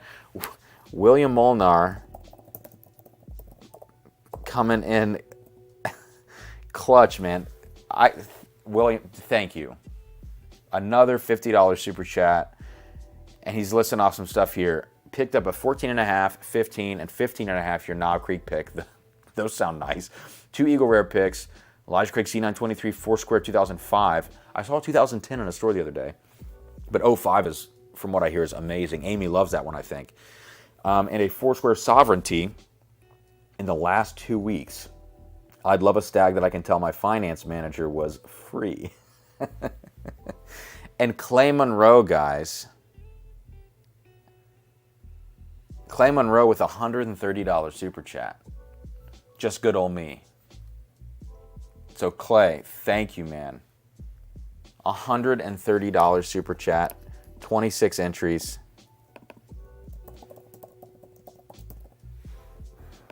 Seriously, thank you, thank you, thank you, guys. You are incredible. So, without even smelling this thing, cheers, Stagg 22A.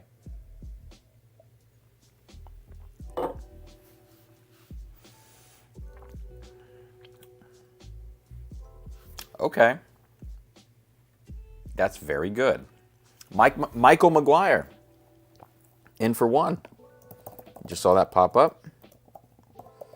In for 1, and he asks, have you tried 15 stars? I have not.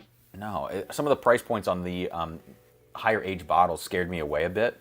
It looked like old aged Barton blended.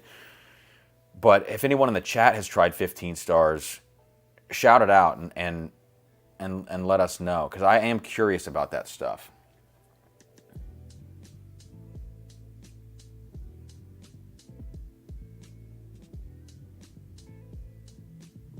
Wow. Copper Wolf says, Jason has a great palate. I think he kind of loves a bit more oak than I would, but I've enjoyed their barrel picks. Yeah, and I mean, I love oak too. I do think there is an upper limit. Like for instance, Old Fitz 19. That one was not great for me. And you hear 19-year wheated bourbon from Heaven Hill, you want to love that. But 17 for me was the cutoff. Man, you guys are just killing it. You were incredible tonight. Guy says, what's your favorite batch? Batch 12. Batch 12, I know some people say 6 or 9 or 11. Those are the ones that I often hear. I've tried 9 or 6 maybe in a blind. I can't remember. I think Amy sent me one of those. Amy, if you remember, let me know. It was the hottest batch, I thought. So was that 6? I can't remember. But I still, and I've never had a bottle of whichever one that was to compare it, even though it is a highly regarded batch. So batch 12 for me is my absolute favorite. Yeah, I think I would probably stand by that. Samuel Knob, 18, very solid, suffers from the proof just like batch 1 did. But I think it's probably a little different than batch 1, a little fresher feeling, but I need to do the comparison when I get home. Yeah, Keith, this is the thing, man. Look, one thing I hate about when people talk about Dan and Sean is, well, okay, let me, I got to admit something, because I'm basically indicting myself here, but before I do, let me have another drink. Stagg 22A is killing. Okay. Wow. That is just candy. That's good. I'm like smiling. Stagg 22A. I am enjoying this quite a bit. I haven't even smelled the damn thing. I've just tasted it. But that's kind of what whiskey's for, right? When I first started getting into American whiskey and watching Whiskey Tube in that way, I did not like watching Dan and Sean. And I will freely admit that now. You know, one thing that I have trouble with watching in any video, and I'm not just talking about whiskey, is when people interrupt each other. And this is something just for me personally in my life.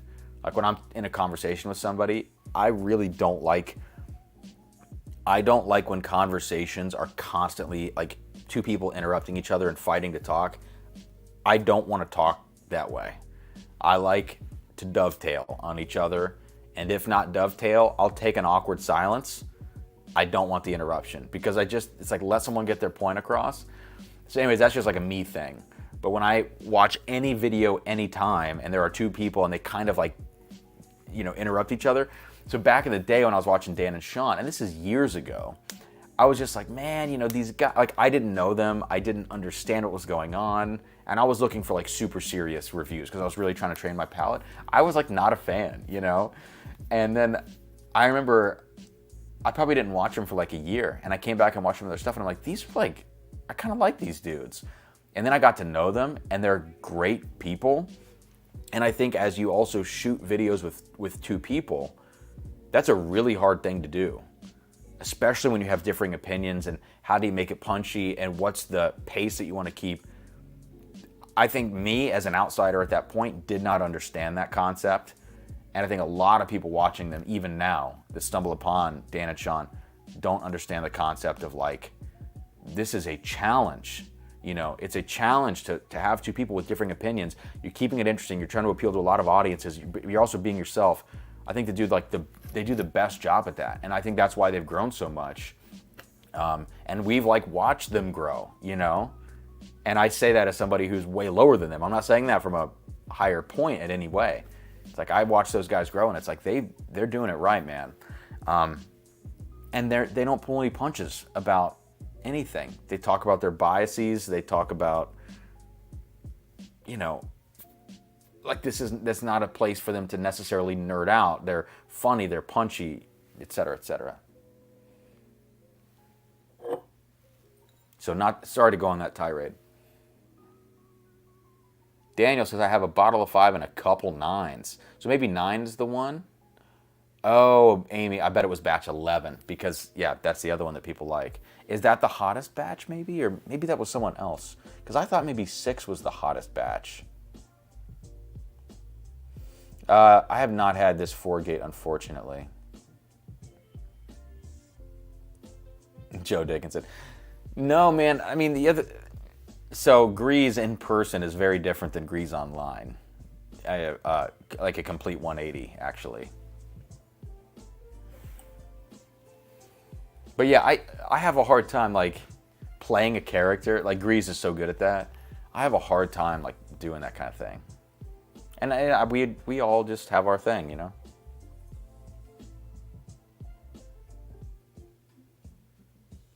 Oh, when he talks over Will, truthfully, man, I don't really watch their video content. I don't watch anybody's video content anymore. I just tune into lives and, you know. And the one video, the last thing we're going to taste tonight, obviously, is this. And I saw Matt put a video out, and I have not watched it on purpose because I don't want to be influenced. I mean, I don't think I'm going to be influenced. I've pretty much said I think I've said it on Patreon. Have I talked about it on Patreon?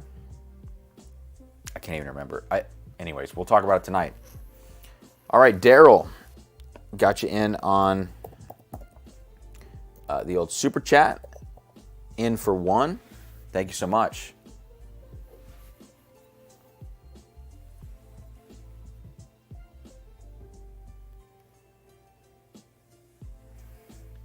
Yeah, Keith, and that's the other thing. It's like Matt is super serious at heart, but the videos don't portray that necessarily, and it's like a dynamic.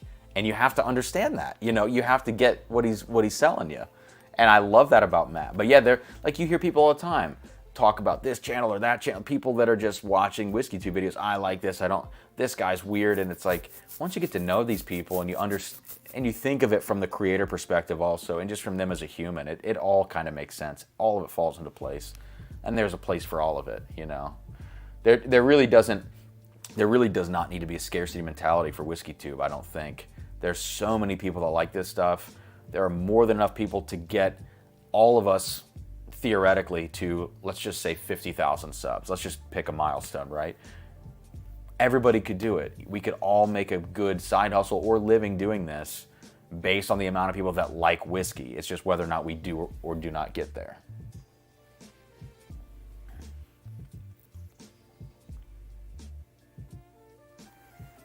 Yeah, Joe, I agree, man. And Keith, the only picks I buy are Matt's picks. I think like that's 90% true unless I get an in to get some of these one-off things here or there. All right, Stagg 22A, sorry. We're going off here. 132.2. I know I'm late to the game on this, but finding 3 of these in Buffalo was I almost teared up in the store, guys. The guy, I'm like talking to him in the store. I'm looking at C923 Larceny on the shelf, and I'm like, "Oh, you have C923? That's awesome. I'm gonna get 2 of these things." And I grabbed 2, and we chatted up for like 2 minutes, and he goes, "I just said you got a great selection here," and he's like, "Do you like what did he say? Oh, do you like High West?" And I go, High West is fine. Like, it depends on the bottle. And he goes, "Do you like Campfire?" And I'm like, I've never had it, but I think I wouldn't like peated bourbon probably. And he goes, "Okay, what about Angel's Envy?" And I'm like, he's like, "We got this private select and we got the rye." I'm like, "Yeah, that's cool. You know, I have the rye and I've never had a private select, but it's a little expensive for me for what it is." And he goes, "Do you want some Stagg?" I'm like, "What?" He's like, "Yeah, you want some Stagg Junior?" And I'm like, "How much?" And he tells me. Like, I said, "Will you go check what proof it is? Because I'm just curious." And he goes and he gets it, and he's carrying it out, and he goes, "It's 132.2." And I go, "Is that 22A?" And he goes, "It's 22A." And I'm like, "All right, I'll take it." And he goes, "I got more." And I'm like, "I would take up to 3, but I don't want to look a gift horse in the mouth." He goes, "I'll get you 3. I'm like, what's going on? He offered the Staggs. Matt Porter, yeah, I was just talking mad shit.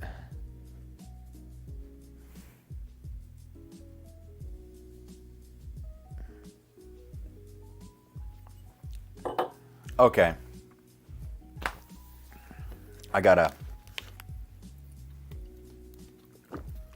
I got to get serious now about Stagg 22A.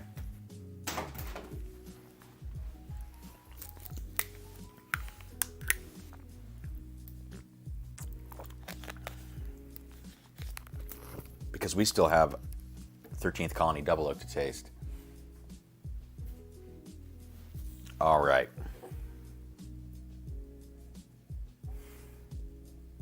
Stagg 22A, 132.2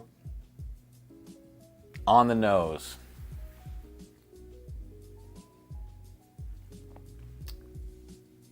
So I want to give you the very first impression of this on the nose is what the note that everybody talks about with Buffalo Trace products: Big League Chew,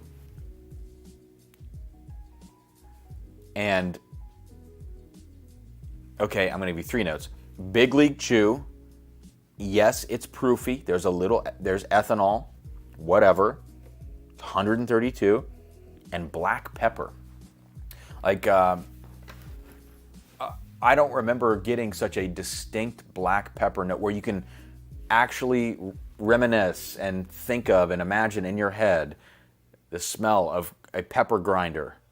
You know, you're at a restaurant and they come over and they bring the black pepper and they're tell me when. It literally smells like that. It's not an impression. It's like a real note. Man. Yeah, this is really nice. Now, if I'm going to dig below those notes, those are the really obvious 3. Big League Chew, yes, ethanol, black pepper. I would say this has some kind of vanilla note to it, and it's somewhere between vanilla bean ice cream and that white cake note that I mentioned earlier on something, the Ryan Sons Andre Mack bottle. Somewhere between vanilla bean ice cream and white cake. Why do I say that? It's vanilla, like vanilla bean, but it's textured like cake would be. So I don't know exactly what it is. A textured vanilla note. It's the best I can do. It's very nice. This is a really nice Stagg. It's not perfect on the nose. It's a little out of balance. But it doesn't remind me of 22B, which was this fresh bread, pastry, baked bread, whatever type thing.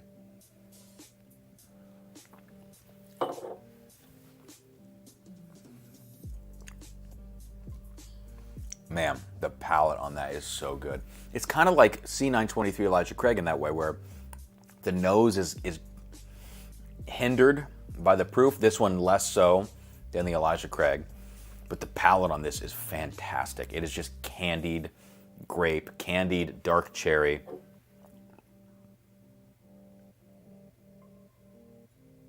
And there's oak. There's oak on this thing, which...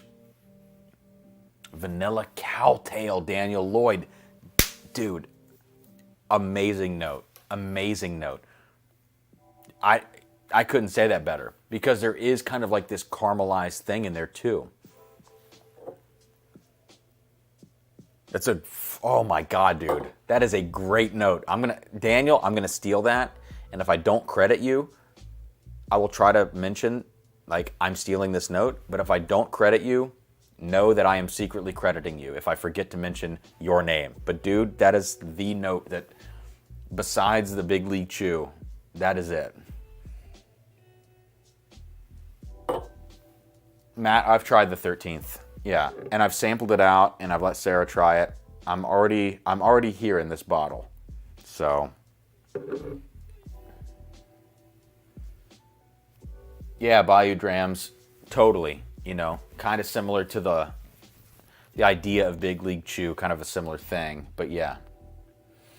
Keith, I have a concert tomorrow morning. I have a concert Saturday night. Sunday is off. And then Monday, recording a CD of these pieces. So I'll be here all weekend playing Saturday night and tomorrow morning. 100% Pure Mustard says I'm 10 minutes behind.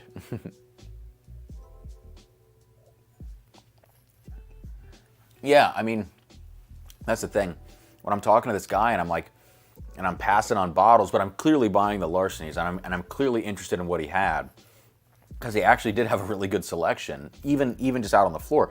I mean, he had I'm not used to this, but he had a shelf full of Henry McKenna's, all different dates, from like 2010 to 2013, 2013 basically, on the distilled dates, or the barrel dates, I guess. He had a shelf full of them, $60. I mean, SRP these days. And I said, hey man, that's awesome that you have McKenna on the shelf at SRP. Like, you don't see that very often.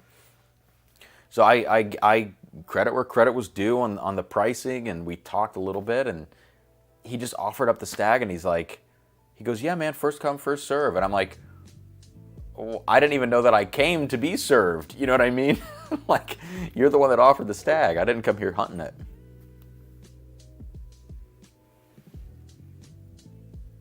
Yeah, I like this 22A a lot. I can't, I'm thinking back in my mind. I have kind of a catalog in my brain of Stagg Junior back to batch 12. 12 was super dark, very oaky, extremely just balanced, like balanced dark oak, dark fruit, etc. 13 was bitter.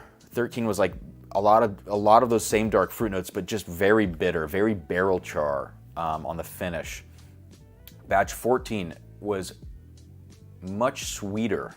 Batch 14 had more honey notes to it to me. It was a little lighter on the grape note. Or maybe it was grape, but it was less other fruits surrounding it, right? Batch 15 was very bright. It was strawberry, it was vanilla. In retrospect, I didn't like 15 very much. 16 was a one-dimensional pour. 16 was all blackberry and grape, period. End of story. And I like 16 because it has a dimension and it focuses on it. 17 to me was a mess. It was this kind of like new wave of Stagg Junior flavors that we've been kind of seeing. It's kind of all over the place. It was bitter. It had funky chemical notes to it. I didn't like it. I'm being picky on that one, I know. 18 to me was 17, but what it should have been. It's the same style, 17 and 18 Stagg. 22B was the toasty bread pastry kind of sweetness. And then 22A, now that I'm tasting this, kind of harkens back to batch 16. This reminds me of 16, which is that one-dimensional blackberry grape thing, but with a little something extra. Excuse me, it's almost like a cross between 13 with a little bit of the bitterness. And I say that because of the black pepper note in here. A little bit of the bitter barrel char black pepper and the one-dimensional grape nature of batch 16. I would say they had a baby, and that's what this batch is, but this is a really good version of that. And I think putting this up against 16 and 13 would be a cool comparison for me at home. I don't think this stands up to 12. I think it's a totally different story than 22B, although I'm willing to do the comparison. And the only one I haven't had since batch 12 has been 23A to do the comparison.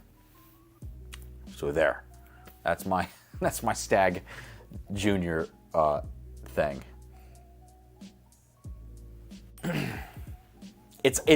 One other thing about this is it's kind of fun to try to memorize these things, like memorize what you've gotten on each of these batches and keep it in order.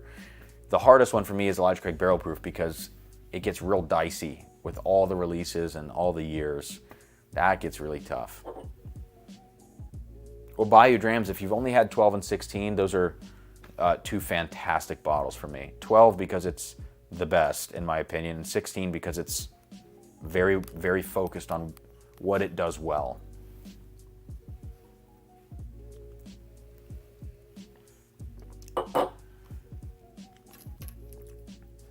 All right, a few more super chats. Jumping in here. We got Bobby Holton. This is Venmo super chats. Just so you know, Bobby Holton is in for 2. He says, first time, let's go. And Joe W. is in for 5, I believe. Yeah, man. Thank you, guys. Gotcha. Okay. Okay, last but not least, it's that time. We're 2 hours in. We are 2 hours in. I have a concert in 12 and a half hours. It's gonna be okay. It's time for this. I'm like, I got goosebumps. I have goosebumps for this bottle.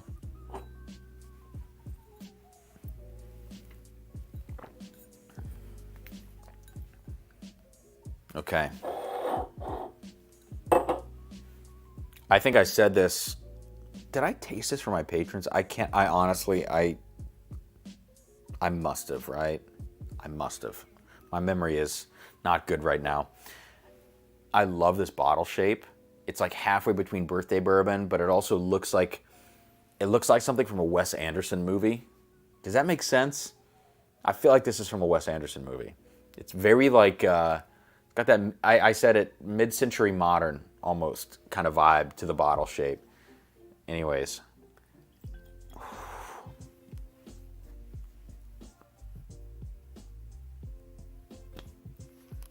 All right, I'll leave this up here, even though you're not going to really be able to see it.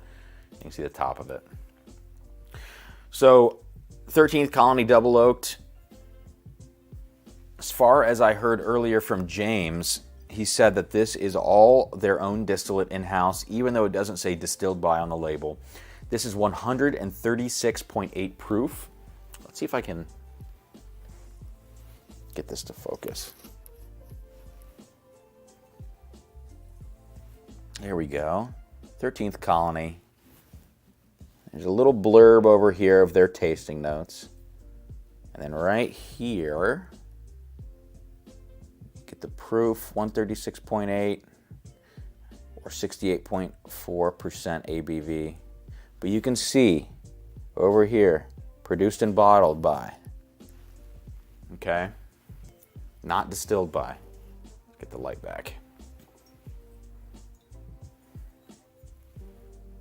And the other thing to note is just how freaking dark this whiskey is.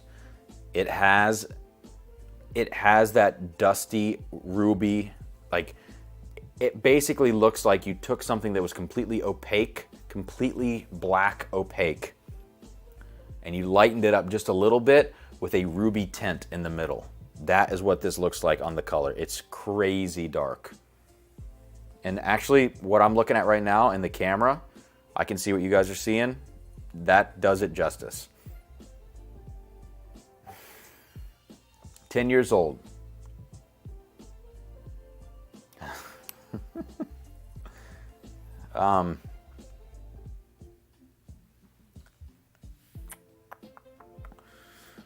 First impression, I'm not going to give necessarily a tasting note. I'd rather go broad strokes. Savory, bittersweet, dry, dark. Those would be the things that I would use to describe like the holistic profile of this. Savory, bittersweet, dry, and dark. And if you put this in a blind, someone might assume that this was aged in a smaller barrel than a 53 gallon.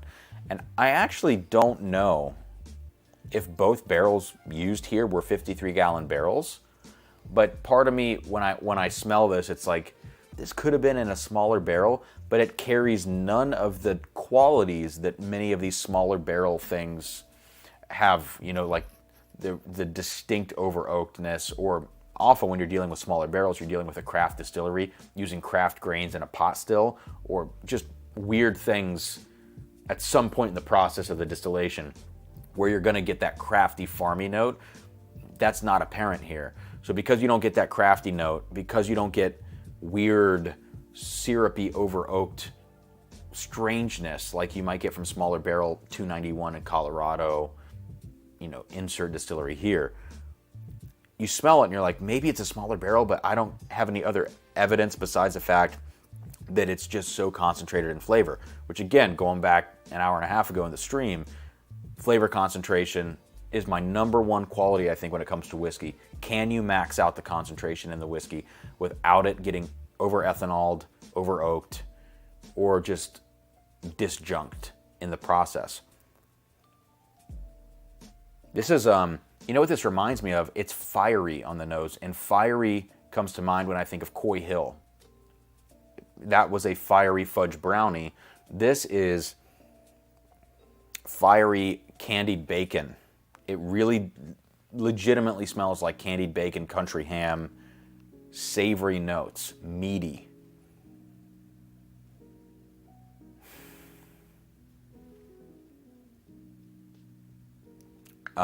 There's a lot of burnt orange notes in here. There's a little bit of like a flowery, like a floral thing in this one too.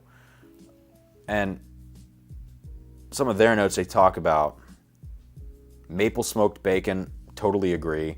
Cream soda, yes. On the note of cream soda, one thing that this has is like that sarsaparilla root beer note. Cream soda, we're talking the same language here. It's incredible. Toffee blend with maple drizzled pancakes. Sure, yeah. Orange blossom. So they say orange, dry aged beef, peppercorn, and sea salted caramel. I agree with a lot of that, yeah. I would have to insert coffee, espresso. It's so dark on the nose. I'll say this, I don't think I've ever smelled a bourbon that smells like this. It's a double oak. I usually don't like double oak products. I think they get too astringent, too dry. This smells incredible. It is, yeah, is it intense? Yes. Is it closed off by the ethanol though? Actually, no. Let this sit in the glass for 5 minutes and you can really, like, you don't get a wall of ethanol up front on this one the same way that you do Elijah Craig C923. God, that is just... Cheech says, check your messenger. We just sent some love from Louisville. Oh, Darrell sent a photo. Cheers from Kentucky. Our fingers represent you being number one. You motherfuckers. Look at this, guys. Look at this. Sorry to drop the F-bomb live, but these guys sent a photo. Let's see if it'll focus on that. I'm on a TV where they're staying and they're all flipping me off. Oh, you guys are crazy. I love it. I wish I was down there hanging out. But instead I'm playing cymbals in Buffalo, which is what I like to do, so sorry. All right, let's taste this.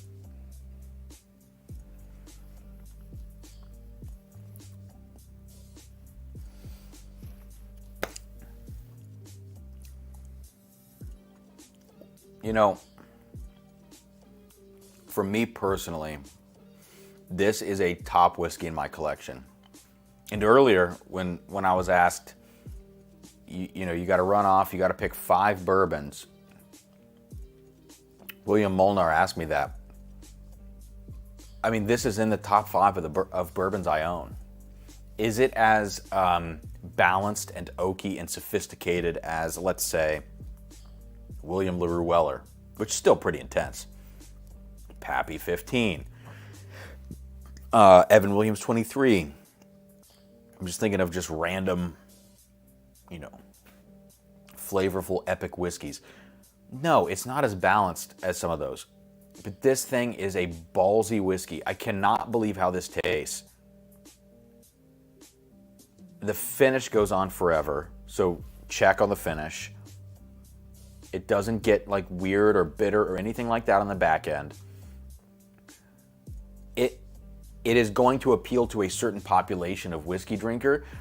What I think is interesting about this is an assumption, is that I believe this will not appeal to every whiskey enthusiast. Even people that like high proof stuff. I don't think everybody's going to love this. I think 80% will. But I think there's going to be a small subset of people that are like, this is just like a little over the top. Because truthfully, what is this whiskey? Look at the color, look at the bottle shape, look at the proof, look at the stats. This whiskey's over the top. That's what it is. that's why I like it. You know, it unabashedly is what it is. And I know it's like $200 on the online retailers where Bourbon Outfitter, CO Box. I don't know what the actual SRP is. Maybe it's 150, 175. Maybe it's 200. It is expensive. I think it's worth every bit of that. I think it's worth a lot more than that in the current market. I think it's outstanding. To me, like, this is I think I just got really serious. I don't know. I think this is like a 95, 96 point type whiskey for me. I think it's that good. And part of that rating, that loose, non-binding rating, is subjective because I just love this profile so much. There's something about this that reminds me of like childhood breakfast. It also reminds me of Middle West Spirits in Columbus when they were using their smaller barrels. It reminds me of a lot of like weird nostalgic things at varied points in my life. I love this bourbon so much. I think it's outstanding. Jeb, the only tingles I feel in my nether regions are the tingles that I have to pee so bad, dude. I'm trying to hold it in.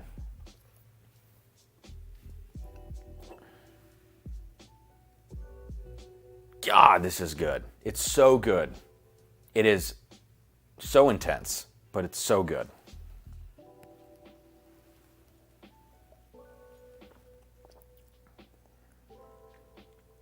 But it is very savory. Like, if there's anybody that doesn't like a savory note in their whiskey, they will not like this. Strangely enough, if I had to find like a demographic of people, of whiskey drinker that might like this, if you're into peated Scotch, and Scotch, particularly like, yeah, okay, Lafroig, Ardbeg, Lagavulin, but Springbank, if you like the Springbank funk, but you're also a bourbon drinker who likes high-proof bourbon, like Elijah Craig Barrel Proof, if those two things appeal to you, this is probably like a top whiskey for you because it has all the savory, meaty qualities of those peated Islay whiskeys, the Campbelltown funk, in its own bourbon way, but it also has the intensity and proof of an Elijah Craig Barrel Proof.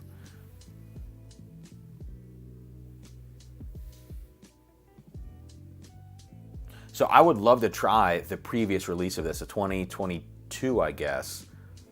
I would love to be able to compare these side by side. I think there might be a sample on the way from somebody. I don't want to mention his name here because I don't want to pressure him into sending it. He's mentioned it before, but I don't know if it's actually, on the way. But if I do have the opportunity to taste the previous batch to this one side by side, I think it would be really cool to do that because I've heard the other one, the first release, was much sweeter, and this one is more like spicy, intense, savory. So yeah. All right, I'm gonna do what Jeb is telling me to do. I'm gonna use the restroom very quickly. I'll be back in 90 seconds. 90 seconds, or else, there's gonna be an accident otherwise.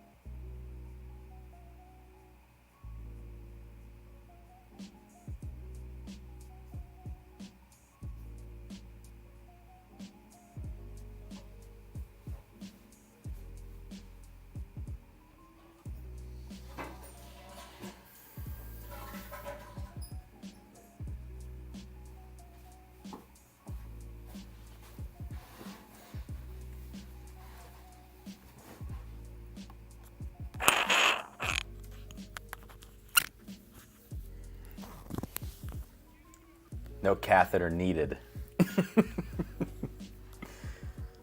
Oh, good Lord. How many shakes? Copper Wolf, I think last year's release was a 9-year.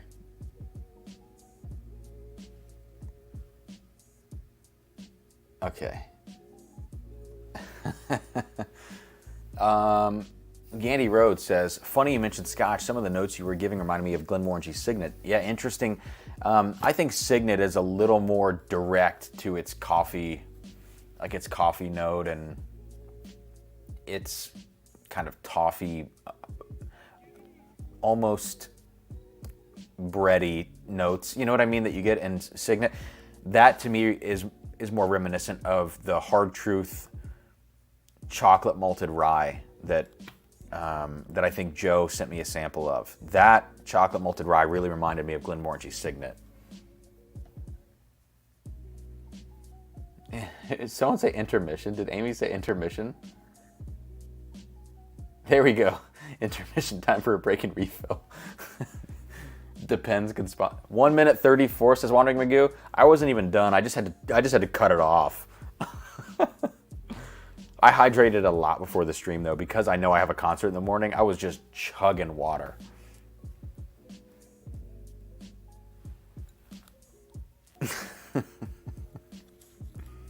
All right, we got another super chat. Matthew Chickarell. I hope I said that even an approximation of the correct pronunciation would be okay with me. Matthew Chickarell. And please correct me on that. In for 2, he says, cheers, I'm in for the giveaway. All right, guys, we're going to wrap the giveaway up for the Stagg 22A. And here's what I'm going to do. For the giveaway winner for the Stagg 22A, I will throw in a 1 ounce sample of this 13th Colony Double Oak. And the second place winner, who's going to get a sample pack of tonight's pours, will also get a 1 ounce pour of the 13th Colony Double Oak. I'm going to throw that in for the first place as well, though, with that Stagg. The Stagg is an awesome version of Stagg Junior. I really like it. Very candied. 13th Colony, of course, amazing. And all the other pours I've had tonight, yeah, I think all of them are going to go into that giveaway. The only one that's not, the Bourbon Junkies Virtue Rye, I can't throw in the giveaway. I've given away half the bottle almost at this point. I've got to hold on to that because it's a very special bottle for me. But the rest of them are going to go in, and I'll fill up the box. You know what I mean? It'll be great. Oh, nailed the pronunciation. Let's go. That's awesome.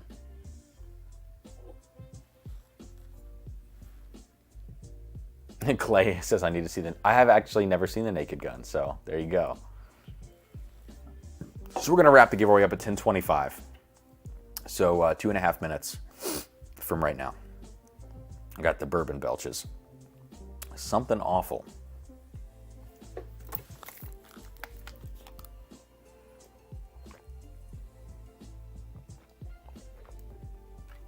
For the 101 of you in here right now, if you have not already, please do hit that like button for this, not impromptu, but makeshift stream from Buffalo, New York. Hollywood in for 2. Travis says flush and all. Oh yeah, man. We're flushing. We're flushing here in Buffalo. We're flushing and we're washing our hands in Buffalo. You know, this is me. This is just how I am. Well, we're in Buffalo, so we're going to Wegmans. We're not going to Kroger now. We're not going to Giant Eagle in Ohio. But go to Wegmans. The first thing I do, I buy a case of water. I always got to have enough water and bottles to travel with when I'm out. So I buy a case of water. I buy bananas. I buy hand soap. Because in a hotel, I just hate using the bar of soap, man. I'm just I'm picky. So I go and I buy a soft soap, aloe vera for my skin. Let's go. $1.49. Very worth it. So we're flushing in Buffalo. We're washing our hands in Buffalo. We're using soft soap, aloe vera, $1.49 in Buffalo. It's just what we're doing. Yeah, Wegmans is amazing. I do miss living in upstate New York because of Wegmans. Jay, I hate you so much. I hate you so much.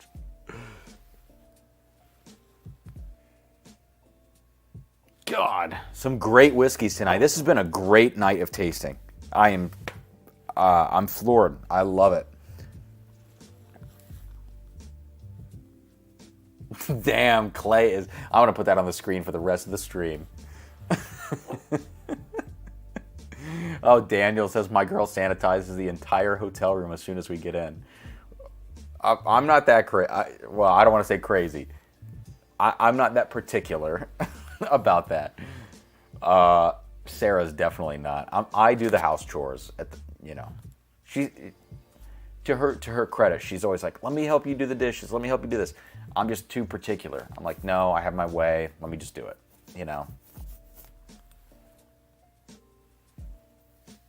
Yeah, Zach.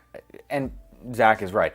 Like even when I lived here, only for 2 years, I took Wegmans for granted. And I got back to Columbus and I'm like, going to Kroger. Oh, man. Wegmans, you go in, they're serving sandwiches, they're serving pizza, they got, cuts of meat, they got the whole thing. Wegmans is fantastic.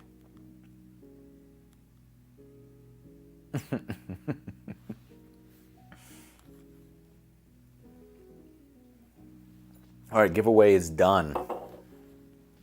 Let me check the last of the, if there's any more Venmos. Aw, Sarah texted me an hour ago and I missed it. Damn, I put her on mute. That's why I put everybody on mute. Matt Porter texted me.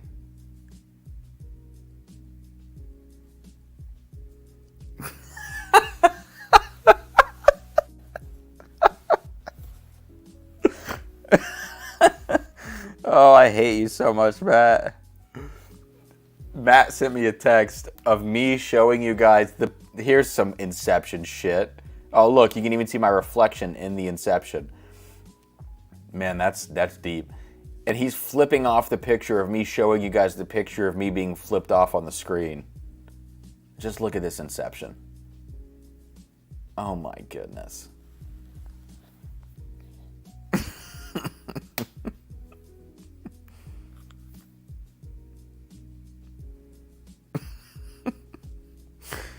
Okay, I don't think there were any PayPal Super Chats, but let me check just to be safe.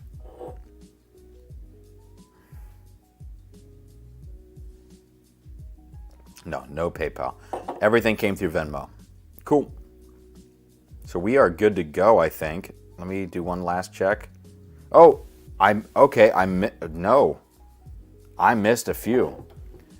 In the last 5 minutes, we have 10 more entries in total. We have Mark A in for one. Yep, he says Stagg giveaway. Well, I shouldn't have said that out loud. Whoever I get my mortgage from, whenever I get that done, they're going to look at this and say, what's going on? Adam is coming in for 48 entries. Enjoyed the stream. Safe travels. Thank you, Adam. And last but not least, we have Mitchell with 1. Thank you, guys. Thank you, guys. We are done for that giveaway tonight. And I'm going to have to get this going now on my computer instead of my iPad just so I can do this for all of you.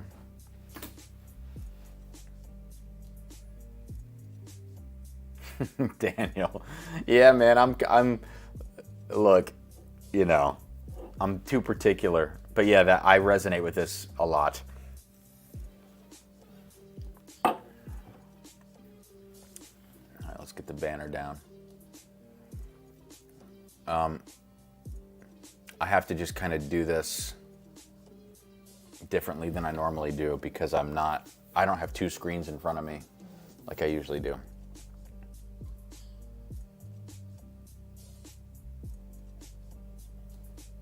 Oh my God, we have so many entries. Guys, thank you. 190 entries? That might be the biggest night. This might be the biggest night ever for something. Jeez. Yeah, Daniel. Maybe I should mention that next time.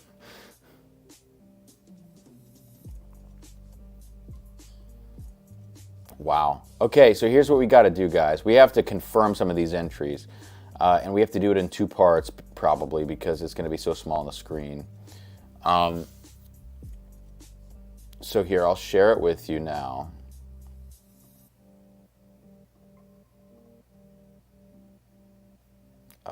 Okay. Boom. So here's what we got.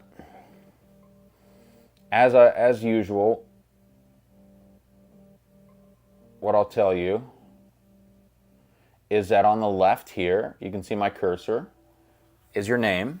And to the right of that is how many entries you have. So your dollar amount that you entered divided by 5 is your number of entries, because it's $5 for every super chat.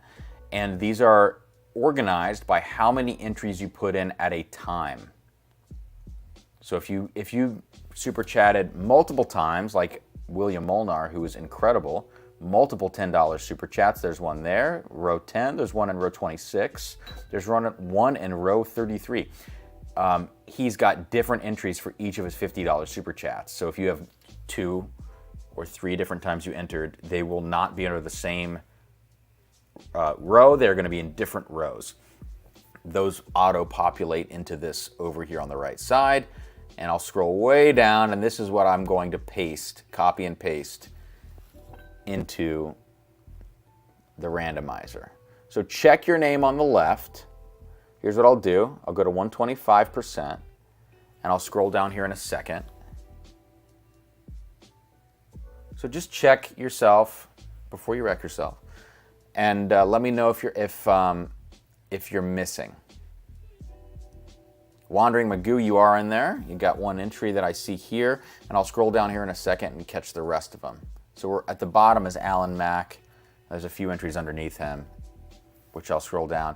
So I'll give you 10 seconds. 10, 9, 8, 7, 6, 5, 4, 3, 2, 1, and we'll scroll down just a few people, maybe more than a few. Okay, so we got Mitchell at the very bottom, and where we left off was Alan Mack in row 29. So that was where the overlap was. Give it another 20 seconds, check over your entries, and then we're going to run the randomizer. Nope, random. Oh, it's showing random.org now. Hang on, we'll go back in a second. Okay, there. Sorry, I forgot it was sharing. It's going to show you all that if I'm doing that. Cool, here we go. 10, 9, 8, 7, 6, 5, 4, 3, 2, 1. We're on random.org. We got it. Thank you, Amy, for helping me track all of these giveaways. This is crazy. Run it 7 times, and the top person after 7 gets a Stagg 22A and the sample of 13th Colony Double Oaked. And the second place winner gets a sample of pours from this evening. Here we go. 1. Scroll way down. 2, 3, 4, 5, 6, and here comes the last one. Copperwolf in first place and second place for this one. There's no double winners tonight. We will roll over. Last one. Boom. So we got Clay winning the Stagg 22A, and we got Copperwolf winning the sample pack of tonight's pours. So there you go. I got to take a picture of this.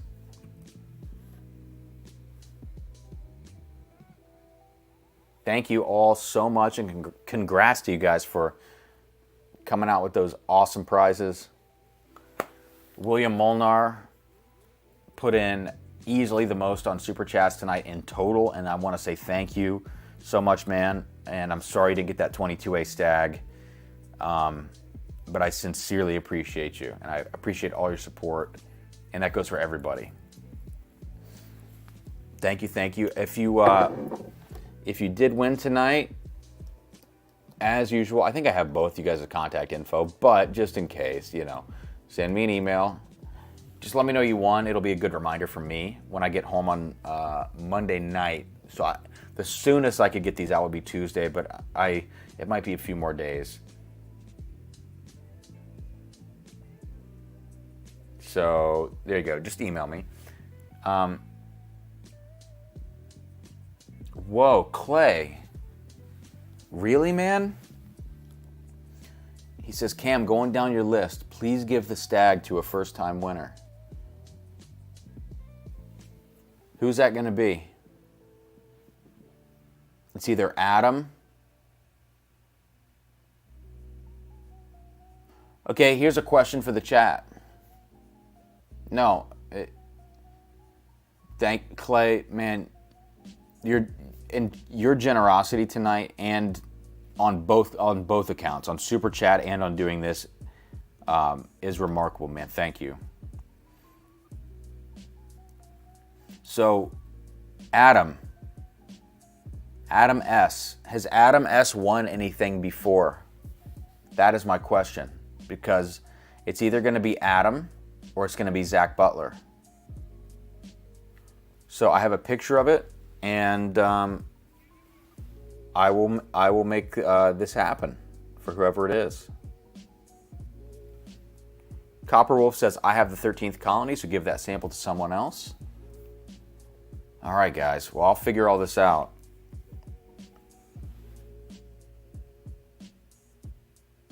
Adam, coming away, man. Coming away with the win. Very, very cool of everybody to do that. So, what I will do, let me pull that back one more time. Hey, Zach Butler. Zach, have you, do you have the 13th colony double oaked?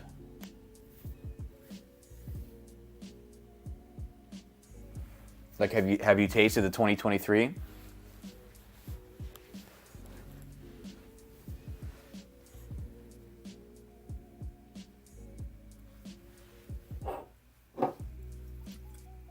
Okay, so Zach, shoot me an email. I'll send you the 2023 13th colony, and I'll send you some other samples with it, man. So yeah, there we go. That's it. So thank you, Clay, for doing that. Congrats to Adam. Adam, shoot me an email, please, at drumsanddrams@gmail.com with your address. You got the Stagg 22A coming your way with the sample of this. Copper Wolf, a sample of tonight's pours. And Zach, a sample of the 13th colony double oaked, and I'll throw some other stuff in the box too. So there we go, Zach. It's kind of like a sample trade in some ways then. If you're going to send the 23A, that's awesome. So fantastic. Thank you guys for being here from this hotel. I can't believe the live stream ended up doing as well as it did. In the beginning, it was a little touching. I was like, oh man, are we not going to have very many people in here? No, it was awesome. And maybe we do a pop-up on Saturday or Sunday. Maybe we don't. My main focus is getting content going, like pre-recorded stuff, because I think this was a great live. And I will be back next Thursday night at the regular time from home. So just stay tuned. I'll let you guys in the Patreon know. We have this new Patreon chat feature, which I'm very, very, very stoked for, because I think it's going to be a great way to just stay in touch. The one thing about Patreon is that it's not like a Facebook feed where people subscribe to a Patreon can actually post. Now, there was a rollover for some like older Patreons. It was like grandfathered in where you can do that. There's like a community or discussion tab or group. For me, that's not there. So the only thing I can do in Patreon is I can post and solicit comments, and I'm not very good at doing that in that way. And I would much rather be able to be a community where other people can post and I can chime in, or there's a running chat. And so I think this Patreon chat feature is going to be very cool. I found out about that, I think, today or yesterday. But yeah. Oh, Amy, that's awesome. Thank you. I forgot about that, honestly. Marshall says, miss those drink-along streams. Marshall, we're going to have one of those coming up, I think. Not this coming week, But the week after, on October 17th, I have a free Tuesday night. I want to do another taste along. And on the 31st, on Halloween, which I don't know how good of an idea that is, but on Halloween, I have that Tuesday night free as well to do a taste along. And November 21st randomly. So yeah, those are on my mind. Sarah loves those as well, and she says I need to do more of them. I just sometimes have a Tuesday night conflict where I'm teaching now, so it's hit or miss. All right, guys, that's going to do it. Thank you all so freaking much. And you know what I'm going to wrap up with? I'm going to wrap up with a Stagg 22A pour, because Clay's awesome for rolling that over. And congrats, Adam, for snagging this one. Oh, Amy, I don't know if I'm going to nail that. All right, cheers, guys. Thank you for being here. I'll see you soon. More content on the way, I promise. I promise. But tomorrow morning, I got to play some cymbals, so I got to get out of here. Cheers. Thank you. Good night.